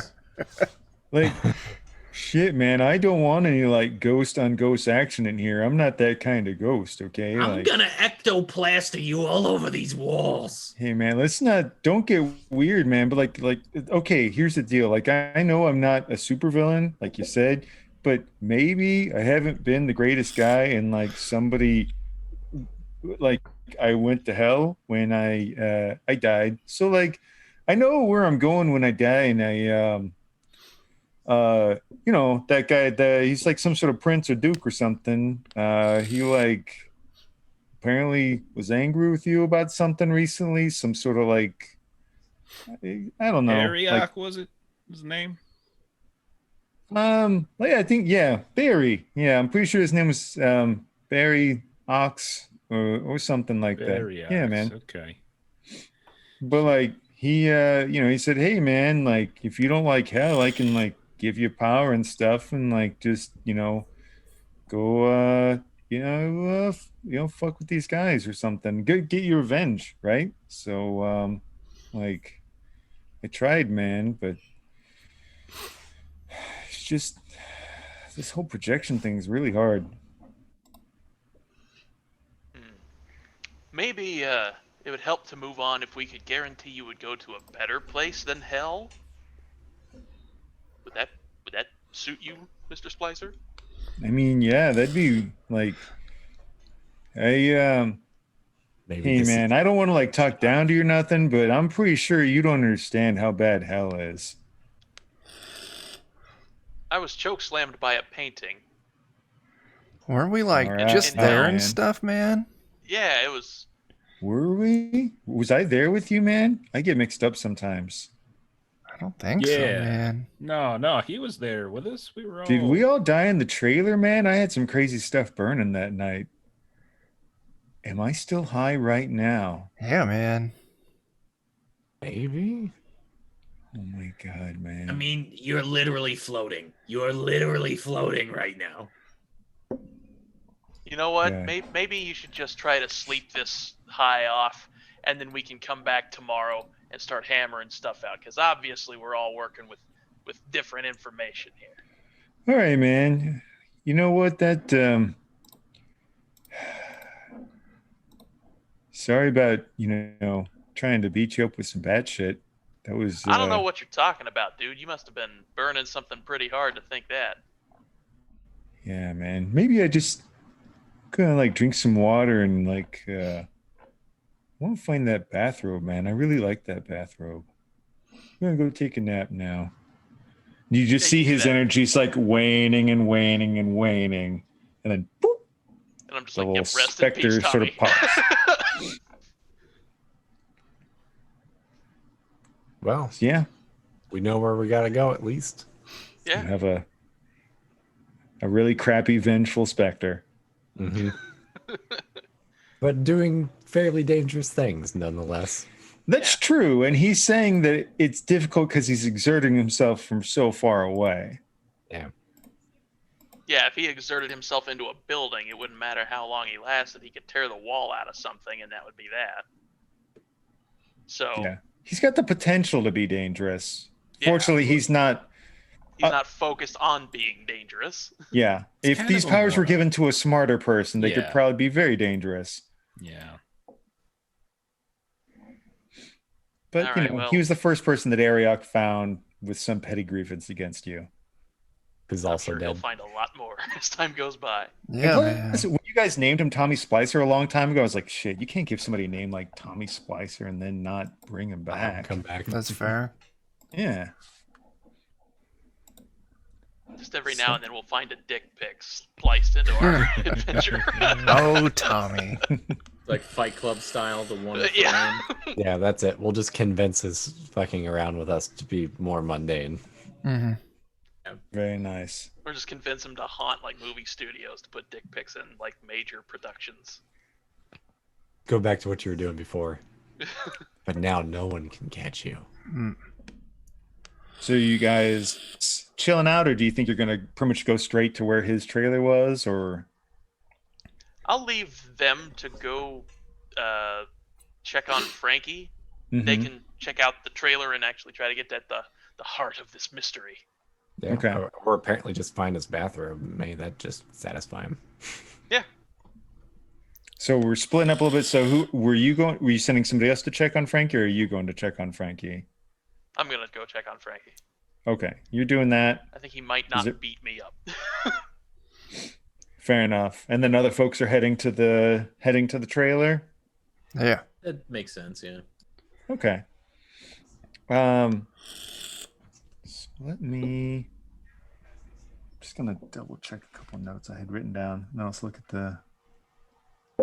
This might be a chance to establish one of those telepathic link jobs. That's a good point. Maybe if you wanted to say, if you want to focus on Dr. Karloff and maintain a link from a distance, I'd let you make a roll for that, Chuck. Sure. I got a 70 on this. 85. Which one of you's like Dr. Karloff, man? Like, I didn't know you went to med school. Like, are you a have it for a proctologist, man? while. You should just have them confused for me, you know. Yeah. You? Like there's an actual doctor named Karloff Jenkins who's like working on somebody. He's like, bathrobe? And to be fair, you are a knockoff. Maybe at some point while you're moving stuff around, you find a hat of yours that was a knockoff of Dr. Karloff's. Yeah. And I'll just talk to you instead. Yeah. And you're just like, I'll remember this for later. Yeah. It's talking to me in my head and to my face. You work in mysterious ways, stranger. But I'm confused on which one's which, so I keep shushing the knockoff so I can mentally talk. all right. I'm going to roll odd or even for which crew we do first. I'll say odd for the oddballs going to the trailer and even for the visit for Frankie. Okay. Oddballs heading to the trailer first. I'm gonna head to the latrine. Perfect. It's not a difficult process to get there. You've been there before. You know the route. Hell, actually, you could potentially even try to teleport there if you wanted, or a portal, I should say. I think the portal rules, if we're sticking to them aggressively, say I have to be able to see it. Okay, so yours is more of a line of sight thing. Okay. That's why I picked up clairvoyance, is to try and cheese the line of sight. Yeah, okay, now I remember why those two were such a potent combo. So yeah, if you've got a thing preventing scrying, that makes the portal a little bit harder. But you know how to get there. It's gonna be getting pretty late in the evening as you get there. It's definitely nighttime. There's still, you've got moonlight, starlight, but he lived a little bit outside of town. He has some personal crops that he grows and kind of his own little, set of equipment. He's got his trailer and he's got his own, like, it's kind of almost got like a double wide sort of thing where he's got one where it's like the living quarters and then also where he keeps his editing equipment and storage. And as you're approaching, you do kind of have that waft. You're familiar with the waft of brimstone at this point, and you see just kind of like a circle of fire all around his trailer. And it's like in a weird formation. It doesn't look like anything's like being burned on to hurt anything. And it's not that hard to avoid, just like a little inch high amount of flame, kind of like more like some sort of sigil was formed in the area. When you go into the trailer, it looks like somebody like left, like the door is still kind of swung open. You can see like one flip flop got left behind, like somebody was rushing out in a hurry. You can see some like slightly singed remnants of a robe that have fallen off that were burned a little bit. You can kind of see a trail of like somebody apparently like ran away from this trailer and had been slightly burned. Can I follow that trail a little bit? Yeah, you can. Seems like a thing to do. Didn't we need that robe, man? It looks like somebody was wearing a robe but got put on fire. I'll go ahead and put on the burnt tatters of robe just so we don't lose it, man. All right, you do and you do. So you're going to start doing some tracking. Does anybody go inside the trailer or are we going straight for the tracking? I might just give it a quick look around while I get started on the trail, All right. just to make sure. So we'll let Jeff roll. Do you have anything for tracking that you want to use? No. I mean, no. There's always 50-50. Yeah, it's 50-50. Can I like turn into a bloodhound to help him out? Yes, you can. Okay. Do I need to roll on my side Sure. just to see if it works? Huh? I mean, I passed. Nice. So yeah, Get some advantage die or something. yeah, I'll help you out. yeah, with you that. can smell what smells like burned dead flesh. So that pretty much gives you a pretty good indication. Like this guy apparently, like Tommy Splicer is in the world as a corporeal body, but it's his dead body roaming around. And right now, you're pretty sure at least one of his feet is burned. Probably some of his body is burned too. Mm-hmm. And yeah, this is clearly not a dude that's like some high functioning villain by any means. Like somebody set him on fire and he started running. Then Spicy, Okay. man. Somebody should have told him to stop, drop, and roll. This running is a bad idea. Like, Yeah. he just, but yeah, it's not hard to follow his tracks. Do we But see him? I mean, how like is the terrain like relatively flat or is it like it goes up like he's kind of on the outskirts, so it's sort of like a hilly area. okay? But you can tell like it's been a while because it took you guys, until like a good bit later in the evening to get all the way to his place. So he's had potentially a decent amount of time to be running away. You know the direction he went, but he's had a pretty decent amount of time to be running before you got here. But you know the direction to go. Can I send my bat up to get a bird's eye view of the location? See if they see anything. Sure. Okay. I'm gonna check this out. I do check it out. Okay. You see a couple of spots, like you can see where like it's getting back towards the suburbs of Hollywood. Maybe there's one area near the old part of town.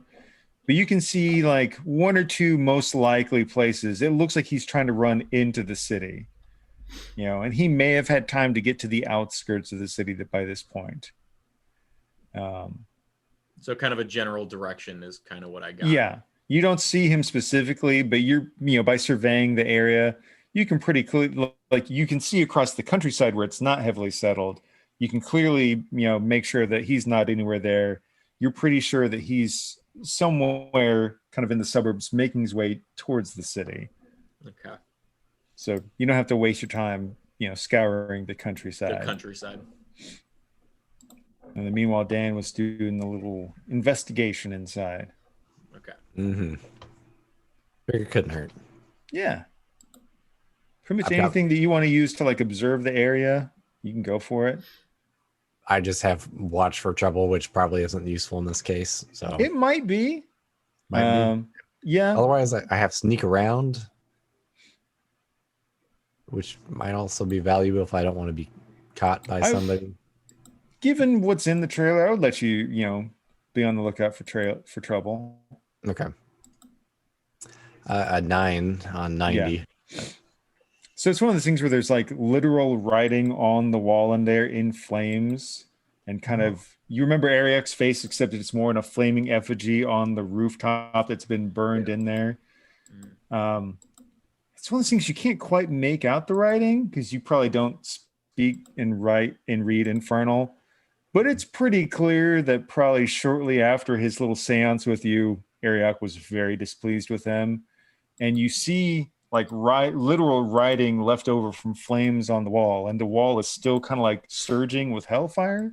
Like you get close to it and you feel a little singed. And while you can't make out the writing, there are names in there that you don't need to know Infernal to know the names. Mm-hmm. So you get the feeling like he was left some instructions. You see a name of Greg Futterman. You see a name of, you recognize Gordon and something. You think it says Uncle Creepy? Oh, so these are It looks like he's been given instruction on at least a few of your NPC buddies to go after. cause some pain to them to cause some pain to us. Probably. That looks like that's probably the instructions that were given to him. Okie dokie. Well, that narrows down a little bit. Gotta protect our friends. Yeah, I can go convey that information. I don't know how we're going to protect all three of them at once necessarily, but He can probably only project to one at a time. yeah. Meanwhile, oh, sorry. So I was just gonna say, like, do you tell us this at that point, or? Yeah. I mean, I'll convey this as soon as possible. We could maybe have the bat watch one of them. Yeah, it's like We maybe split the party a little bit. Like send the bat out. Sure, I'll go. Send the bat. Send me. What do I care? I'll be danger by myself. Sure. Yeah, it does kind of turn into one of those like you're more likely to cover all three if you split up, but Gotta at that point you're split up if you encounter him, whoever does. I could bat and cat together on one because at least I'm like two characters sort of that are going to check one out. Okay.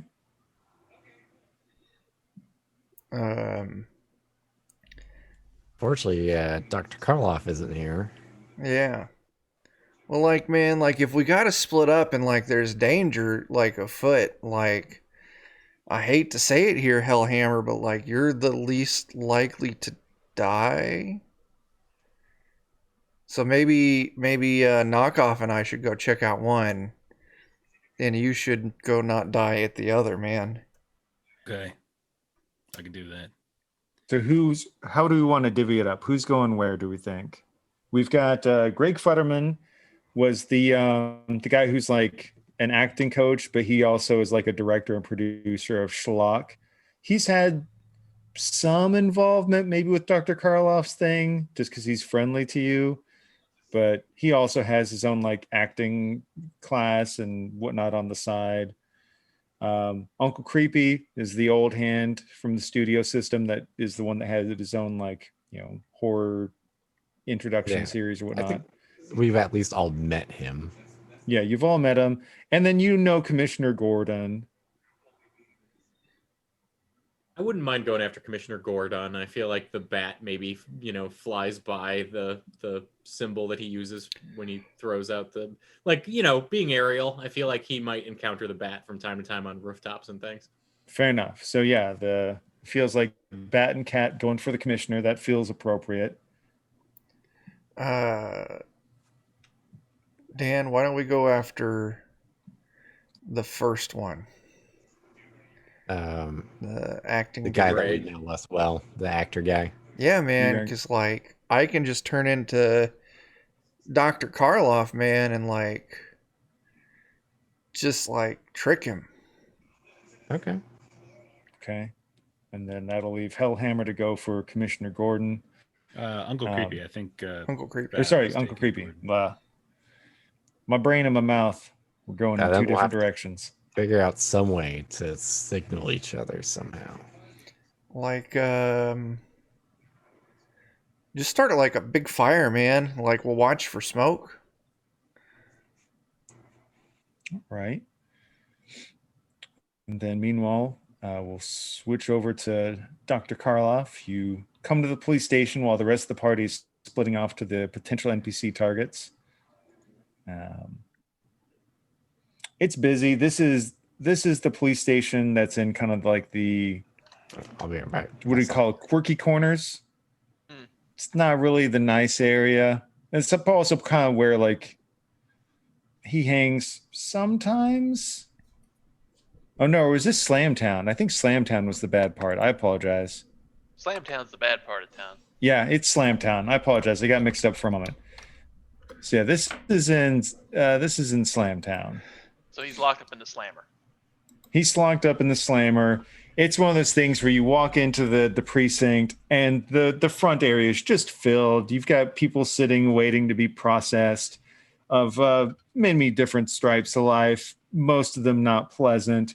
You've got people arguing with officers. You've got some grizzled old, dude at the front desk who's just had it. You can see he has 3 coffee cups in front of him and 2 of them are empty. And you see him reaching under the table to grab a bottle to fill the third. He sees you see him, and he kind of like quickly tries to put the bottle back under the desk. And I'm just like, no, by all means, help yourself. I was just hoping to speak with a fella named, known by Big Frankie, apparently locked up for assaulting an officer. Oh man, I don't know about that, man. That one's kind of a mess. We're probably going to let him go in a day or so. I think Detective Spence, I think his lawyers advised him not to press charges. It doesn't make much sense to me, but like, I think he's going to be free to go in a day, but like, I don't know if I can get you in there right now. I don't want to get on the bad side of the Lewis brothers. Those guys make everything awkward. Well, maybe there's some way I could grease the wheels, perhaps, and I'll try to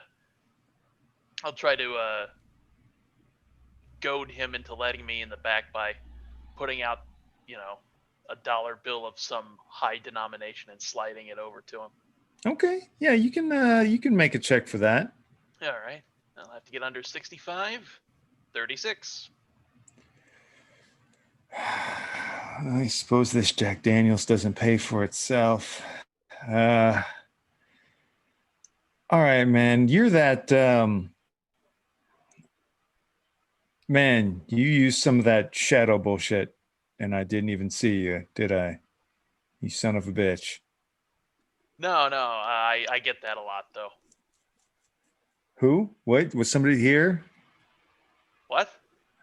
No. And yeah, he tells you where Frankie's, and I'll take you in, but I didn't see you. If you see a couple of suits, twins, I want you to be out of there. I'll be in too much trouble if the twins see you. Okay. Well, it's pretty busy out here. It would have been quite easy for someone to slip by if they caused a distraction. Okay, so yeah, he kind of leads you the way, and then he gets back to his desk. And between that and your own personal teleportation and shadow powers, once he lets you know where Frankie's at, you can get in there. As you are going that way, if you have any observation skills, go for it. If not, I'll give you a free 50-50. Nope. So it's going to be 50-50. Here we go. Sure thing. 9 under 50. He did give you a specific warning to be on the lookout for some suits, for some twins. And you do see a guy at one point who's in like one of the side rooms. It looks like it would normally be an interrogation room or whatever. And you see a guy who looks like typical plainclothes detective. He's wearing plainclothes, but he has his badge out on the desk. And you see 2 perfectly, like immaculately dressed twins that are tall, but not too broad-shouldered. And they're identical twins. They both have some sort of embroidery, like some sort of symbol on their jackets. You can't quite make it out too much because you probably don't get in there to get too close to them. But you recognize vaguely the imagery on their briefcase. Because they've got just some super super cheesy schmaltzy briefcase that has some sort of logo on it. And you remember that being the same logo that was on some of the paperwork that you saw for the divorce papers at Big Frankie's place. Something with like a coyote and a sheep and a deer, something like that. Or maybe a wolf and a deer and a ram, something or other. Wildlife and symbology. Yeah. Actually, no, you're an occultist. I'm not going to play that bullshit with you. You know Wolfram and Hart. Yeah. Boy, that makes things very interesting. So yeah, those were the twins that the guy was saying would make your life miserable that he recommended to avoid. And you do. You get past them, you get over and you can see, Frankie in his cell. You're able to kind of teleport into the shadows of an empty cell next to him because they probably avoid putting anybody next to Big Frankie. You can see his giant surly frame just sulking, cracking his knuckles. Some bitch, man. And I'll lean up against the bars between us, and I'll say, "Oh yeah, sorry, I haven't been around the set there, Frankie." Yeah, well, what are you gonna do? You're a busy, important hero, right? I guess. Yeah. Well, I'm happy for you. It's it's a cool set and all. I appreciate the opportunity. Sorry if I fucked it up. I didn't kill the dude. I only punched him once. I did punch him once. He fucking deserved it though. He put hands on my kid. Nobody touches my fucking kid. I don't give a shit if he's a cop or not. Well, as I understand it, Detective Spence is, yes, alive, and he's been advised to not press charges. I don't know by whom, but I did see a couple of lawyers, a couple twins in suits representing a prestigious law firm speaking with a couple of officers. Maybe they had something to do with it. Oh man, they're the worst. Yeah, that's yeah, I know them. They always show up whenever I've got a hearing with Sarah, whenever we're going over custody and other nonsense. They make life hell. I mean, they really make life hell. I don't get why they would tell them not to press charges, though. That doesn't make sense. No, it doesn't. Oh. If you'd like, though, I can certainly find out how. It might. I don't know, man. I just know that, I mean, pretty much I had to send little Frankie home to Sarah. Of course, that's going to make me look like a piece of shit. I only get so many visitations. Send them home early because I'm in the fucking clink, I can only imagine how that's going to look in front of Judge Brown, right? Yeah, he's a bit of a hard ass sometimes. I'll tell you what. I'm sorry, man. I guess I'm glad they're not pressing charges or nothing, but No, don't worry about it. I mean, from what I hear, you had a good reason to lay hands on an officer. And I've been known to bend the rules a bit now and then, so hopefully I can see you back on the set while we're both still on this plane of existence. And I hope things work out better. And I'll try to have some answers for you when I do see you next. all right, man. Well, I'm gonna be honest. I'll try to be on good behavior, man. I promise. I've been like Jackson, man, that guy is pure action. He's cool, and like I've enjoyed working with him. I've been clean about 3 weeks now. I was drunk on the first week of set, but I've been clean for 3 weeks, man. He'll work it out of you. I'm trying. I'm working. He's a fucking monster on the scene. Like he's just a dude, but he's a monster, and I'm grateful for the opportunity. I'm gonna do my best for you, man. But I'm gonna be honest. If that detective, if he keeps fucking with me, if he fucks with my kid, he got one warning shot. That's it. Yeah, well, Here's hoping he's learned his lesson. All right, man. I don't want to mess things up for you. I'm grateful that, you gave me an opportunity. I'll do my best to make the best of it, but we all know how shit goes for me. Got that whole dark cloud and whatnot. Yeah, well, you're not the only one. And I'll pat him on the shoulder and I'll disappear out of the cell. All right, man. You can still hear him cracking his knuckles as you teleport shortly away. I think I'm gonna go to a dark corner of a nearby hallway and make it just a little bit darker. Okay. And then just kind of stand there and wait for the Lewis brothers to finish up their little meeting. Okay. You do, and not too long after, you can't make out all the audio that's happening in the room, but you can clearly see on their faces that they kind of have the whole thing like people that are joking, but for something that's only funny between the two of them. And you can see the detective just has that face that's like he's smiling to people that he knows he needs to smile to, but his face is just staring fucking daggers at these two lawyers. He just kind of smiles gratefully as he's allowed to grab his badge back and put it back on. And as he leaves, like, thank you so much for all you do for the department. Mm-hmm. Yeah, Detective Spence is probably, just a pretty average cop. Like he's like probably a good 5'10", fairly stocky, middle-aged, but in decent shape. Got a little bit of salt and pepper in his hair. Are you just describing me? 5'10", stocky, middle-aged, salt and pepper in what little hair I have. Jeremy? Okay, so yes, this is Detective Brendan Spencer. Yeah, that's right. Okay, I'm writing it down.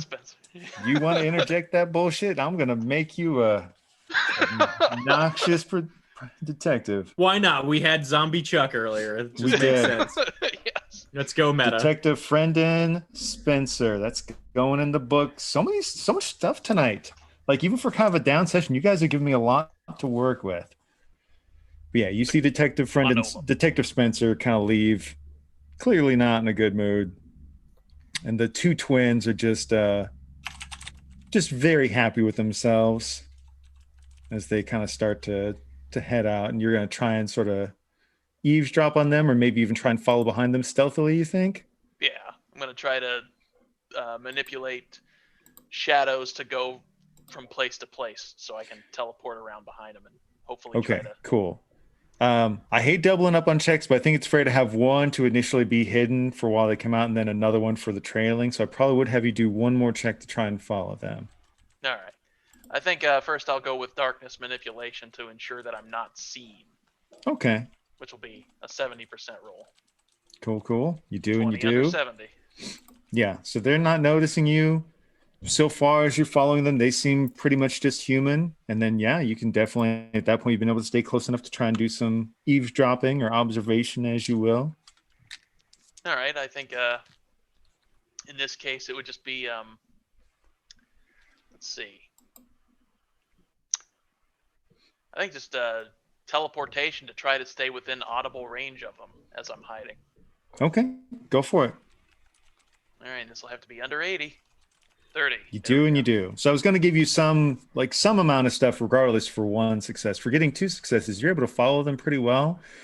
You get the feeling that these guys, they seem like just a couple of ordinary dudes, as like they just look like humans, like no weird monster nonsense despite who they work for. But you're able to follow behind them and hear, you can't pick up like the full conversation, but you get the general gist of them kind of like laughing with each other.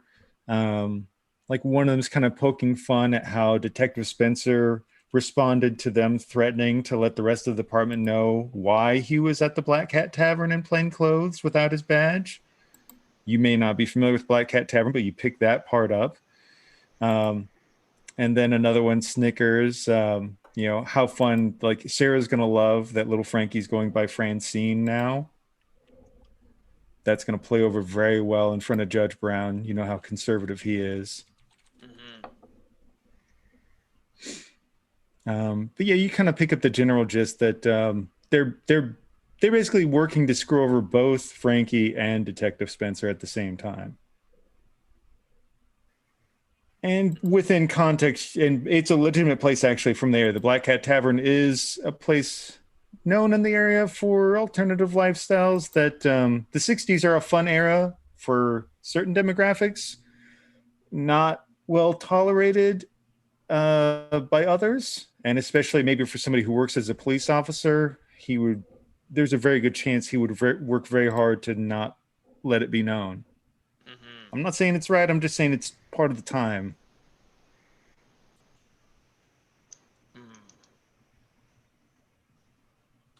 So let's see. I think I want to continue trailing them outside of the police station itself, Mm-hmm. and then just openly confront them as Dr. Karloff. Oh, okay, cool. I was going to see if they observed anything once they're outside, but yeah, you just kind of as they've. Or if like they get into a car or something. Yeah, you see one of them just kind of like raise their hand to the air, and there's not even anybody around.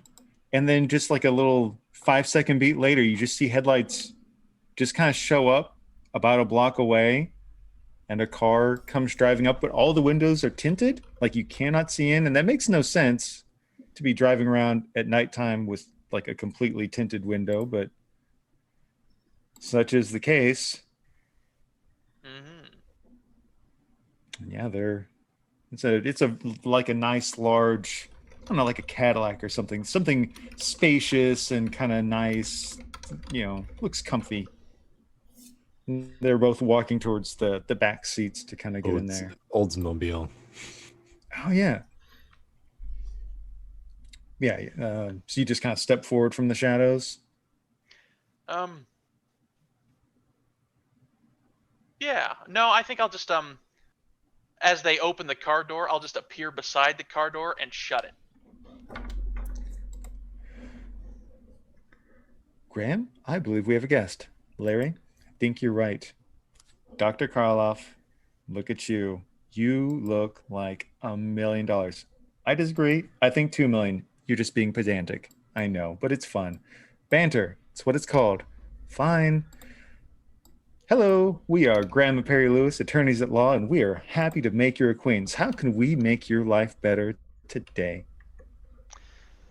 Well, you can start by cutting the crap and leaving my friend, Big Frankie, alone. Well, we're doing nothing but following up on, working the best interest of our clients.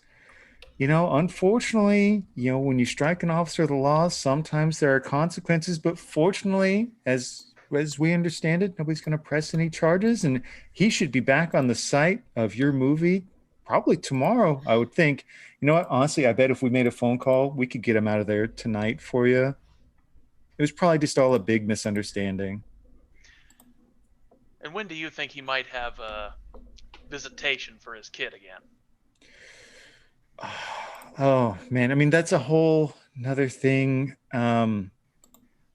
He's got a history, and his wife, bless her heart, she needs to look out for the safety and welfare of her child, and also, she has, there's an obligation to maintain a certain moral decency for the child that it just seems like Frankie can't provide an appropriate environment for. And I know that's hard. I'm sure he's been doing his best for you, and it's so kind of you to give him a chance. But sometimes people are just, what do you think, Graham? Larry, I think some people are just born losers. Yeah, and he was just born a loser. And it's sad, it is, and he's going to die alone and unhappy. But what are you going to do except protect those around him and keep them from getting dragged down by him? Well, as I understand it, he doesn't have full access to his family, only fleeting moments of connection. As somebody who's been convicted of multiple violent crimes, shocking. And well, I think I'll just cut the chase.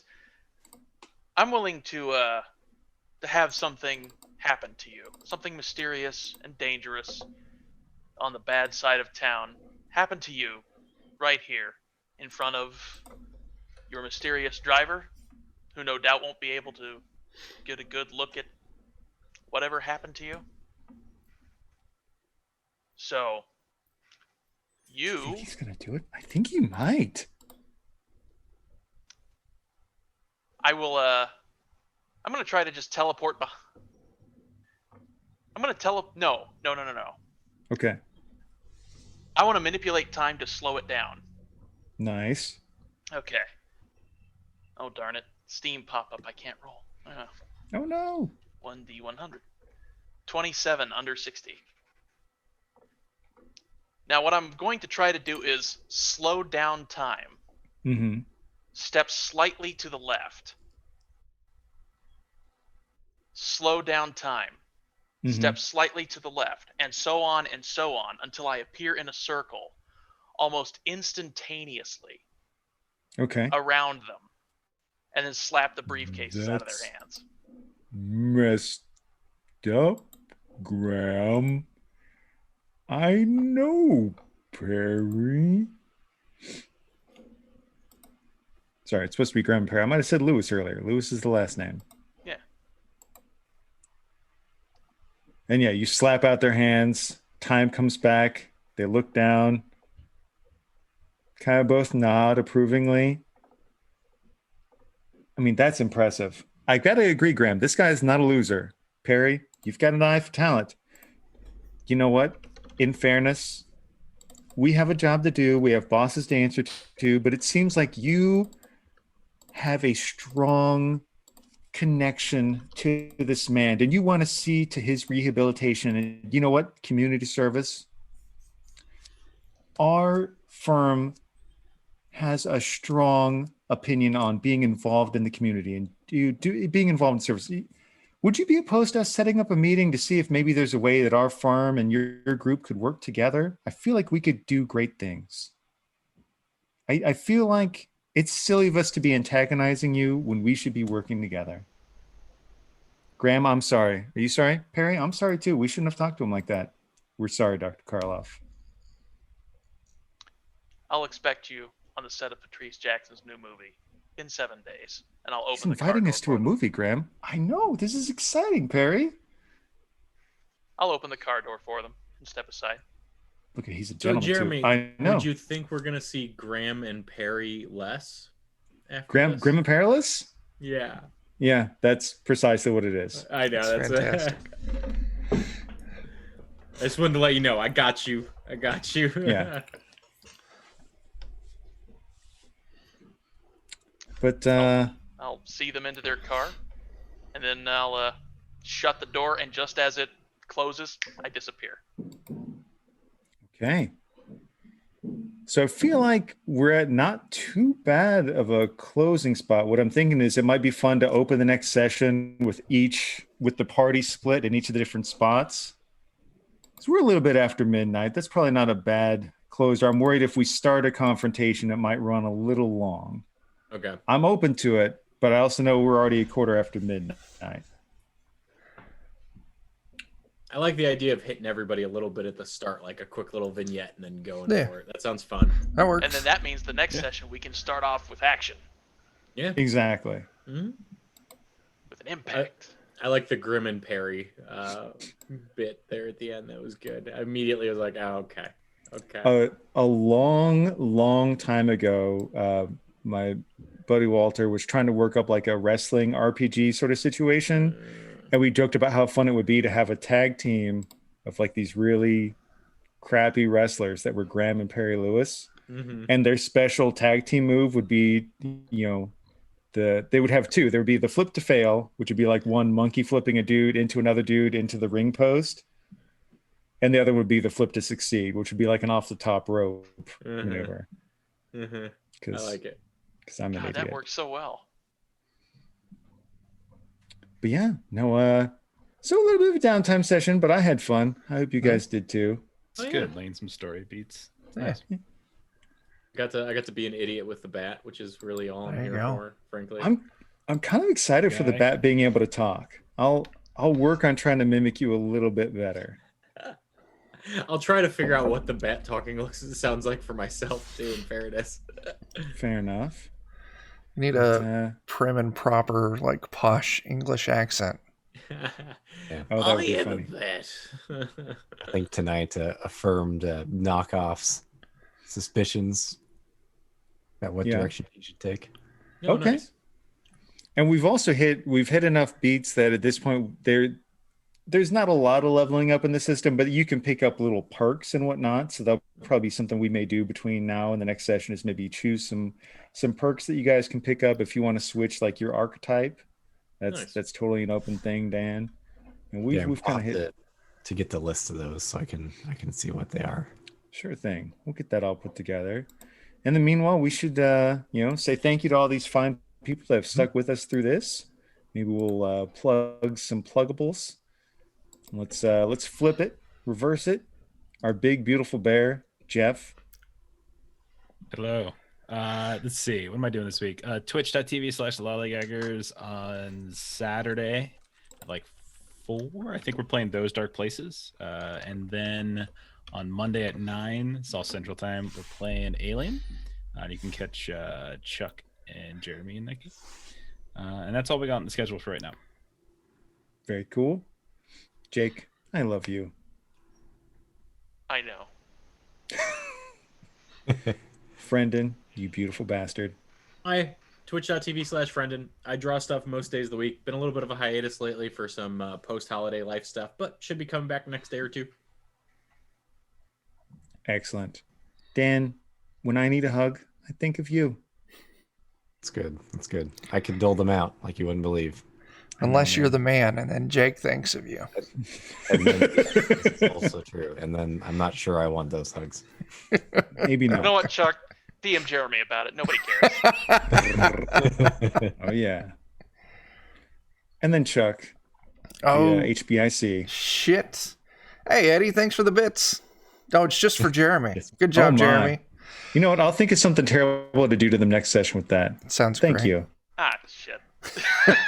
Anyway, you're already on the Defenders of Cobalt, so hit follow or sub or whatever the fuck you want to do while you're here. What do we got? Friday night, 9 p.m. Central, right here on Defenders of Cobalt. We'll be playing some more basic fantasy role-playing game. And Jordan, the PH is silent, will be our special guest star that night. And we got a real fun dungeon to run through them. It'll be good. And then Saturday, Goodman Games Official, 9 p.m. Central, for some more Dungeon Crawl Classics. We're still doing our sneak peek of that one fucking thing. Oh, the music of the spheres is chaos. DCC 100. You want to hear something fun about DCC 100, Chuck? Huh. I was on the Reddit, the DCC subreddit Yeah. earlier today in bed, drowsy. And people are like, man, I don't think Goodman Games can count to 100. I'm like, oh, really? Because I happen to be in the preview of that, and you people should all watch it on the Twitch, you jerks. That's fantastic. Nice. So maybe played. some new people will check There it we out. go. But There we That'd go. be cool. And then what else? Sunday, maybe Shadowrun on Notorious DMG. Who knows? And yeah, that's it. Defenders of Cobalt. I'm also on Free League Publishing, either on Jeff's show or our own show every other Friday at 1 p.m. Central.